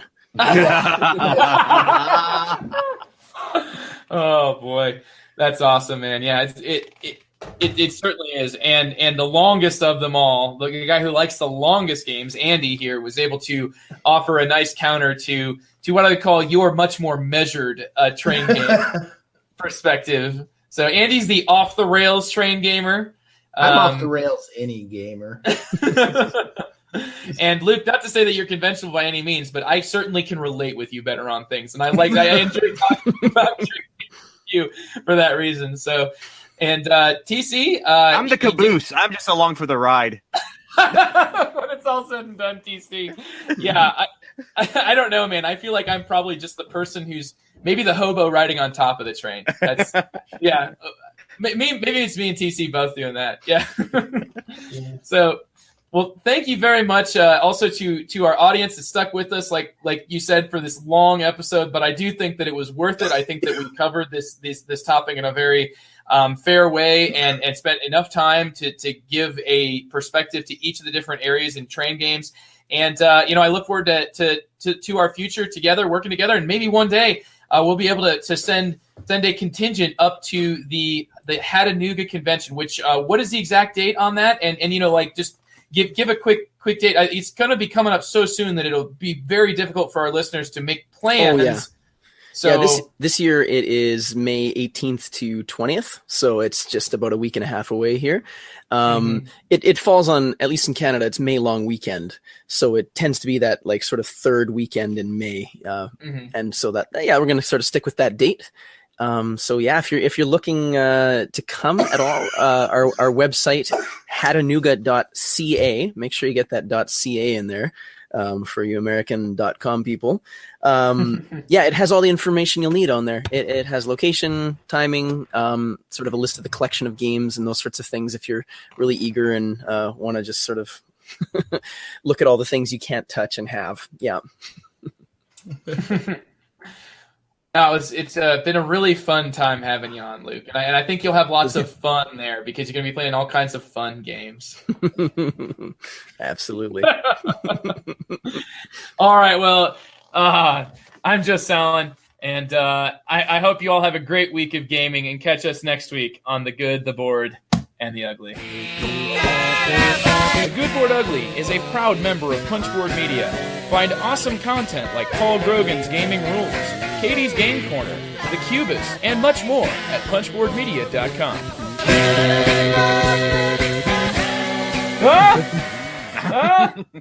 I still think it was here funny. we are. With little kids. My first year at West Marshall, the principal was like, "You're too nice. Send more kids to the office. Don't put up with that crap." And like the year after Will was born, he was like, "Okay, maybe not that many kids." So I just come in, I'm like, "I've had 3 hours of sleep. Don't test my patience." Be like, "Mr. Dennison, I need to go potty." No, I really have to go, but go to the office. Yeah, it's funny how those our lives are what a lot of times impact kids going to and from the office. Why are you here? You know, like, why are you here, Billy? He was having a bad day. Yeah. I don't think he got much sleep. It's a thing. What's fun is when I was like subbing for a high school class in my old school, and they were the kids I taught as 7th graders who still remain my hardest class I've ever taught. And one kid was being a jerk, so I'm like, "You need to go to the office." And he's like, "You're just enjoying being on a power trip, aren't you?" I'm like, "Yeah, pretty much. Get out." Wow, he called you out. Yep. I agreed with him. Still threw him out. You were on a power trip. Oh, yeah, for sure. Speaking of power trips, TC's here. Yeah, I'm all about power. Word. Power. It's all, How are you, how TC? big my head is. Yeah, it's all gone to my head. It's amazing. TC, how are you doing? I'm good. Pondering what to do for Mother's Day. You know, that kind of stuff. Yeah, buying her a board game, it'd be sweet, but I don't think it would I can't go there this year. I gotta do something else. Yeah. Yeah. Besides, I've already kind of went on a board gaming splurge as it is. Yeah. Ooh, tell me more. Let's see. I found a used copy of Hands in the Sea for $35. Nice. At the same time, I found a used copy of Urban Sprawl for $15, so I had to get that. I found a copy of Clash of Cultures for 40% off, and thanks to Jeff Gamble, I picked that sucker up. Wow. Hey, Joe, did you see Trent's message? Yeah, it sounds like Trent, maybe he'll be able to hop on, but it sounds like he's going to be late at best, so I hope everything is okay for him. Yeah, it sounds like just kids late to bed, all that good stuff. Yeah, which none of us know how that is, do we, Luke? No idea. Here, I've got one of these like video monitors, and my child is standing up and talking and all that kind of fun stuff. Yeah. Are you? Is it like Paranormal Activity level though? Is he talking to Toby in the corner? I know it has the exact look. It's just freaky. Yeah, when you showed it, it's like, oh boy, that looks kind of creepy. TC, that's a good haul. That's yeah, it was. It just cascaded. I'm like, honey, I'm sorry. Oh, and then the Arkham Horror Camp, the Forgotten Age came out, and I was like, oh my god. So you got Arkham Horror. What was it before that you were saying? Arkham Horror. Oh, then I got Flow of History. As I was walking out the board game store, Jake was like, "This is amazing. You gotta pick this up." I'm like, "How much is it? $20." Okay. I'll be interested to see what you think of it, man. It's like a really small Civ game. Whether or not that's it gives you enough of that Civ feel, I don't know. I don't. And maybe it'll be decidedly Euro. I'm not sure. I've played it, I believe, like once or twice, and there's only so much you can pack into an hour, which makes it sound like I don't think too highly of the game, but I really do. I think that it's an impressive amount packed in there, but it's not one that I've played recently enough to really remember that many specifics. The Flow of History. I can. Yeah, we'll get into it, but it's been a very divisive game. Yeah, I feel like my version of the bad Mother's Day like husband thing would be, look, honey, I got you a copy of 1817. Oh, you don't really want to play it? Oh, that's okay. I'll make sure it gets used. Instead of the bowling ball or whatever. Yeah. Wow. All right. Well, since we know now that we're going to be it's going to be starting like this, then does anybody have any questions before we get a kickoff? What's our topic? Train games, I thought. No, I know. I'm just screwing with Joe. Nothing about it would be great if we showed up and Andy's like, what's the topic tonight? Train games. And he's like, oh, no, I didn't prepare anything. That's what I always put. I think I put it in the guild when you posted about it. I'm like, note, weirdly enough, I did not ask for this topic. which, you know what? You know who did suggest this topic? Our guest. Yeah. Luke, you threw this one out there, and it's like, hey, man, you never know. You might get rewarded by like ponying up. It might be more punishment. I don't know what you guys are going to do to me. That's what it is. This is like the Impractical Joker's punishment. Yeah, it's the big loser tonight is Luke. Yeah, you ask a question, and then we'll just pick it apart all night. So there you go. Yeah, it'll be one semantic question, and yeah, just keep picking it apart. Like oh man, one of the podcasts I listen to occasionally is Your Kickstarter Sucks, which is they did a special on the Super Bowl where a guy's like, yeah, so the Super Bowl was on last night. I didn't watch it. I watched Hoarders, and it just imagine where it goes from there. But it was sounds like one year I came in and my students were like, "Did you watch the Super Bowl, Mr. Dennis?" I'm like, "Are you crazy? The Science Channel had a black hole marathon going on."